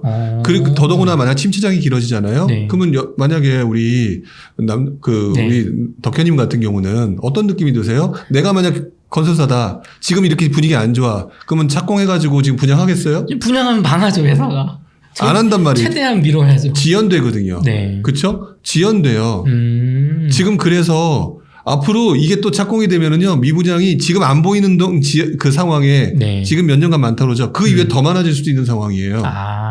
지금 우리가 어떤 데이터 앱에서 보는 어떤 분양 물량은 착공 들어간 이제 확정된 물량이고 지금 상황이 안 좋아서 지금 인허가만 받고 기회를 보고 있는 물량이 뒤에 더 붙을 수가 있다. 그렇죠. 그리고 또 거기서 또 많은 사람들이 이런 생각을 하실 것 같은데 그래서 계속 지연하면 되지 않느냐. 그러면 물량이 없지 않느냐. 근데 오르막 시장 좋을 때까지 기다리면 되지 않느냐라고 생각하는데 그러니까 이게 제가 전지적인 3자 시점에서 봐야 된다고 그랬죠. 네. 건설사 입장에서 그 땅 샀을까요? 안 샀을까요? 사업을 할 거니까 사고 허가를 받았겠죠. 그렇죠. 샀겠죠. 네. 그 사는데 돈이 얼마나 있었겠어요? 아무리 건설사가 돈이 많다고 하더라도. 보통은 은행 대출을 통해서. 그러니까 뭐 그런 것들을 통해서 시행사 끼고 못 끼고 해서 PF 대출이라는 걸 봤거든요. 네. 근데 분위기가 안 좋아서 그거에 대해서 자금이 대출이자가 계속 들어가게 되면 울먹여 먹기처럼 분양을 해야 되는 상황이 발생을 할 거예요. 금리도 올라가고 있고요. 그렇죠. 그러면 가만히 있으면서 금융비용을 낼 거냐. 아니면 그래도 울며 겨자 먹기라도 분양을 해서 네. 할인 분양을 하더라도 털고 깨끗하게 손절을 할 거고 어느 정도 돈을 회수하는 게 맞는 거냐. 또 이렇게 되면 갑자기 또 확 늘어요. 이게 어떻게 보면 우리가 투자를 했다가 잘못 투자했을 때 내가 조금 몇천 손해보고 손절을 부동산을 할 거냐 말 거냐의 그런 고민을 지금 대구의 건설사들도 하고 있을 거다. 하고 있을 가능성이 높겠죠. 높다. 그러니까 항상 이 말이 맞다 틀리다가 중요한 게 아니라 그동안 제가 봐왔던 것들을 보게 되면 많은 사람들이 인허가 물량들을 강구하더라. 그리고 인허가 물량들이 뒤로 미뤄지고 난 다음에 착공을 하게 되는 그 순간까지 생각보다 길게 기다리지 못해요. 그러면 미분양 지금 물량이 상당히 많은 가운데 그 이후에는 물량이 없을 거라고 했던 그 시점까지 물량이 또 늘어날 수 있다. 그럼 그 기간이 길어질 수도 있다. 그럼 우리는 24년까지 많으니까 뭐 24년쯤 사면 이제 5년부터 오르겠지라고 할 텐데 그 24년이라는 게 눈에 보이는 걸로만 가지고 얘기를 입주 물량 가지고 했는데 일단 그 물량 물론 저도 다 확인한 건 아니니까 실제 인허가 물량 말고 그 입주 물량 말고 인허가 물량 총량을 좀 같이 보면서 좀 비교를 하는 게 맞겠다. 그리고 난 다음에 그걸 보면서 인허가 물량이 사실 시간이 지나면 할인 분양하고 막 이러잖아요. 네네. 쏟아져 나올 수도 있는 게 미분양 그 분위기 안 좋을 때 나타나는 현상이니까 그런 부분을 생각하게 되면 결국 언제 들어간다라고 하는 의미는 별로 중요한 것 같지가 않아요. 단 한 가지 확실한 건 이렇게 좋은 동네에 그런 현상들이 어느 정도 표면화돼 가지고 많은 사람들이 관심이 떨어질 때쯤 어디 들어가는 게 좋겠어요. 대구에서도. 수성구. 그거를 못 기다려서 그런 거예요. 지금 위브더 제니스에 계셨죠? 네. 어느 동네에 있는 거예요? 수성구에 있죠. 수성구에 있는 거잖아요. 범어사거리. 그러면 5년, 6년 기다리고 난 다음에 20억 버는 게 좋으시겠어요? 지금 1억 버는 게 좋으시겠어요? 저는 20억을 벌고 싶습니다. 20억을 벌고 싶은 게 당연할 거라는 거죠. 부동산 투자는 타이밍이라는 게 되게 중요한 부분인 게 흔히 말하는 타이밍에 있어서 큰 돈을 벌 수 있는 시기는 항상 내가 조급함에 따라붙지 않아요. 그런 부분을 생각해 보시는 게 제일 좋을 것 같다. 그럼 책에서 말씀하신 이제 부동산 상승 신호, 하락 신호가 있잖아요. 지금 사실은 말씀하신 대구는 하락 신호만 켜져 있어요. 공급의 과다, 심리의 위축, 외부 상황의 악화, 뭐 인허가 물량, 그렇죠? 좋지 않은 것들만 있는데, 그럼 반대로 상승 신호가 방금 말씀해 주신 것처럼 어떤 정부 정책이라든가 어떤 것들이 적어도 이런 것들이 확 이제 표면화가 됐을 때, 그때 관심을 좀 집중적으로 가져보셨으면 좋겠다 하는 그런 신호들이 있을까요, 대표님? 상승 신호가 나타날 때가 가장 돈을 벌기가 좋은 시점이긴 하죠. 그리고 그 시점에는 서울 같은 경우는 강남에 들어가야 될 거고. 근데 제일 중요한 부분은 그 부분인 것 같아요. 첫 번째, 원래 모든 건 마찬가지지만 상승이 되려면 그 이전 단계는 무슨 단계일까요? 뭐 침체 하락 단계가 있어요. 침체장이 길어야 돼요. 길어야 된다. 그러니까 아주 긴 그게 아니라 침체장이 몇 년 이어지고 있는 상황이어야 된다는 거죠. 그러면 침체장이 이어질 때 여러분들 요즘 분위기 안 좋으니까 어떠려고 그래요? 도망가려고 그러죠? 네, 그렇죠. 관심 안 가지죠? 요즘 이제 부동산 꼴보기도 싫다. 그렇게 얘기하죠. 이때부터 열심히 봐야 된다니까요. 큰 수익을 내기 위해서는 오히려 침체장이 기회이고요. 또 침체장 때 아까 제가 뭐 경매라든지 기타 다른 방법이 있다고 그랬잖아요. 엄청나게 벌지는 못할지언정 적정하게 수익을 내면서 와신 상담 준비하고 있어야 되는 과정이 있어야 되는 거예요. 그리고 그때쯤 되면은 아까 초반부에 얘기했던 정부가 취득세 뭐 이걸 받으려고 하는 게 아니라 시장을 살려야만 되는 상황이 올 거예요. 경제를 위해서? 그렇죠. 경제를 위해서 살려야 되는 상황이 올 거고, 그러면 그때쯤 되면 또 언론들도 부동산 살려야 된다, 뭐 좀 규제 완화해야 된다, 모두 풀어야 된다 이러면서 역시 뿔무지를 같이 해요. 근데 침체장 때부터 관심이 없었던 사람이 이게 눈에 보였겠냐고요. 안 보여요. 그쵸. 관심을 기울이다가 요게 변했네 이게 보이는 거지. 그래서 제가 요즘에 지금 이제 분위기가 하락장으로 들어가고 하락이 되니까 집 팔고 쉬었다가 나중에 집 사라, 이거 얘기하시는 분에 대해서 되게 별로 안 좋아해요. 그 말이 틀렸던 게 아니라 이론상으로는 딱 맞죠. 지금 또 떨어지긴 해. 비쌀 때 팔고. 아주 쌀 때 사라. 그러니까 이론상으로 맞죠. 근데요, 그렇게 팔고 난 다음에 관심 안 갖는다니까요. 해보니까 관심 안 갖더라고요. 그리고 난 다음에 나중에 진짜 상승 타임에 놓쳐요. 그걸 많이 봤으니까, 끈은 가지고 있어야 된다고 저는 생각이 들고, 그렇게 되면은 네. 지금 말씀드린 침체장이 어느 정도 길어야 되잖아요. 네. 길어야 되는 게 아니라 어느 정도 몇 년 정도 나와요. 이어져야 되는 거고, 이어지는 상태에서 정부의 규제가 완화가 나와야 되는 거고, 사람들은 이제 끝났어. 뭐 취득세 안 받는다고 안 사. 뭐 이런 상황이 나와주면 삼박자가 맞는 거예요. 이때부터는 내가 조금만 기다려서 타이밍만 잡으면 들어가야 되겠다. 이 상황이 만들어지게 되어 있고요. 네. 그리고 정부가 이때쯤 되게 되면 집을 사게 유도를 할 수밖에 없거든요. 네. 사실 다주택자들 집을 사게 유도했다가 네. 되게 혼나가지고 그냥 막았잖아요. 그렇죠. 뭐 임대사업자도 있었고. 예, 집을 사게끔 만드는 건데 이때 집을 사게끔 만드는 게 사실 투자자는 그때 거의 없잖아요. 그렇죠. 실수자들 집 사게 만들어야 되거든요. 네. 실수자들을 집 사게 만들려고 할 수 있는 가장 대표적인 게 뭐냐? 뭐가 있을까요? 그 시점에 첫 번째 소리 소문 없이 수요를 늘리는 거, 청약제도 개편하는 거예요. 지금은 가점 위주의 제도. 그쵸? 청약제도를 네. 개편한다고요. 실제로 98년도, 네. 그 다음에 우리 요번에 2014년도, 요때 네. 다 청약제도 개편해서 수요를 늘렸어요. 실수요자 수요를. 그리고 이제 돈 벌고 싶어 하는 욕심을 건드려야죠. 네. 당연히 청약을 하고, 그러면 청약을 하게 되면 그 물건이 뭐가 돼요, 원래? 분양권이 되잖아요. 그렇죠. 분양권이죠. 분양권 전매 허용하는 거죠. 분양권 전매 허용이거나 기간을 단축시키거나 전매가 가능하도록 네. 이런 식의 풀모질이 나오게 되어 있고요. 그 현상들이 98년, 99년도 네. 그다음에 지방장이 문제가 생겼던 2008년, 2009년 그리고 2014년 서울 수도권장이 반등하는 시점 네. 다 똑같이 정부가 했던 것들입니다. 그럼 이게 단순히 지난장 뭐 요즘장이 아니라 지지난장 IMF 거의 20년이 넘는 세월을 30년 가까이 거슬러 가다 보니까 이게 참 반복된다는 생각이 듭니다. 정부에 있는 그 부동산 관련된 국토교통부의 직원도 컨트롤 C, 컨트롤 V를 좋아한다고 생각해요. 이것들은 거의 공통적인 방법이었던 것 같아요. 또 어떻게 보면 그게 사실은 어떤 부동산 시장 경제를 지탱하는 검증된 방법이니까 그렇죠. 그런 것도 있는 것 같아요. 네. 그러면 대표님 그 건설사 측면에서 정부 정책에서 뭔가 청약제도를 개편을 하고 분양권 전매를 하고 뭐 양도세 혜택을 주고 해서 이렇게 이득을 준다고 했을 때 건설사 쪽에서 어떤 준비가 된 투자자분들이 잡을 수 있는 어떤 메리트는 뭐가 있을까요? 건설사의 네, 분양가 움직임을 말씀하시는 거죠. 건설사들은 일단 징징대기 시작하죠. 정부를 향해서 죽겠다.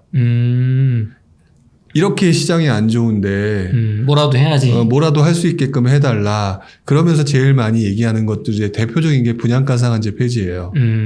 최근에 또 좀 서울에서도 들리는 것 같습니다. 그러니까 지금 그래서 계속 얘기하는 게 왜냐하면 분양가 상한제 폐지를 하게 되면 분양가를 올릴 수 있는 거니까. 근데 지금 상황에서는 분양가를 올리는 게 명분이 없다라고 말하기가 되게 애매한 게 원재재 가격이 상승하고 있잖아요.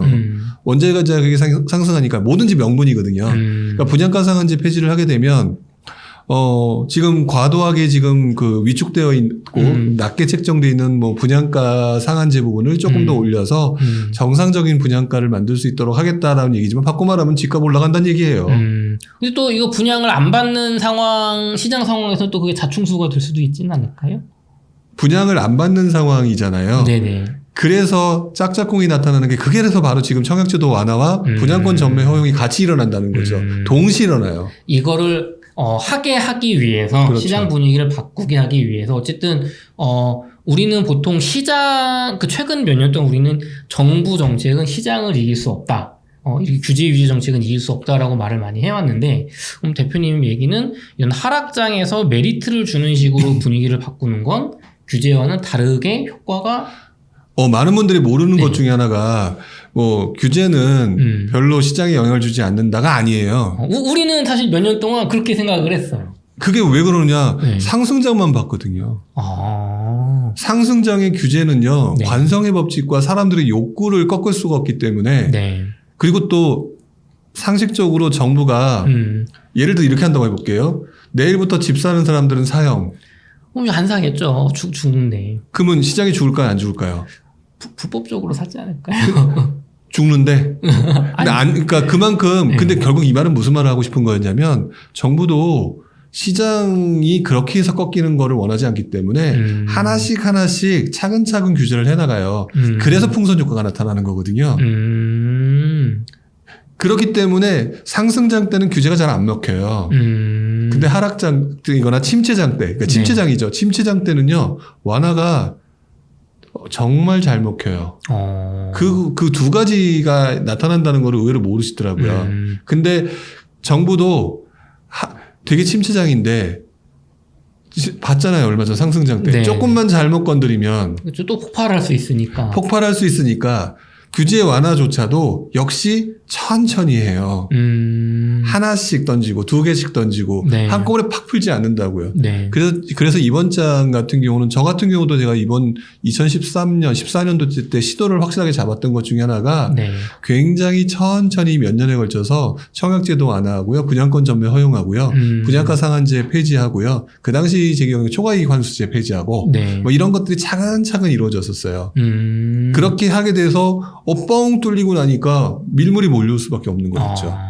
그럼 상승장 때는 이 워낙 과열된 시장에 규제를 하는 거는 멈추기가 효과가 적지만 하락장에서 침체장에서 명백하게 몇 년 동안 예를 들면 대구가 몇 년 동안 이렇게 미분양이 심해진다고 했을 때 그럴 때 어떤 적극적인 당근 정책이 나온다면 시장 분위기는 순식간에 바뀔 수 있다. 그렇죠. 그럼 그거를 준비하는 게 사실 우리 조금 아까 제가 질문 드린 것처럼 이게 침체장 하락장 때 좀 공격적인 투자나 공부나 좀 이런 게 두려울 때 그러면은 자금을 준비하면서 그런 기회를 잡는 게 어떻게 보면 좀 안전한 투자? 큰 수익을 거둘 수 있으면서 그렇죠. 네. 별로 많이 하지 않는데 굉장히 큰 수익을 보기가 그때가 가장 좋은 거거든요.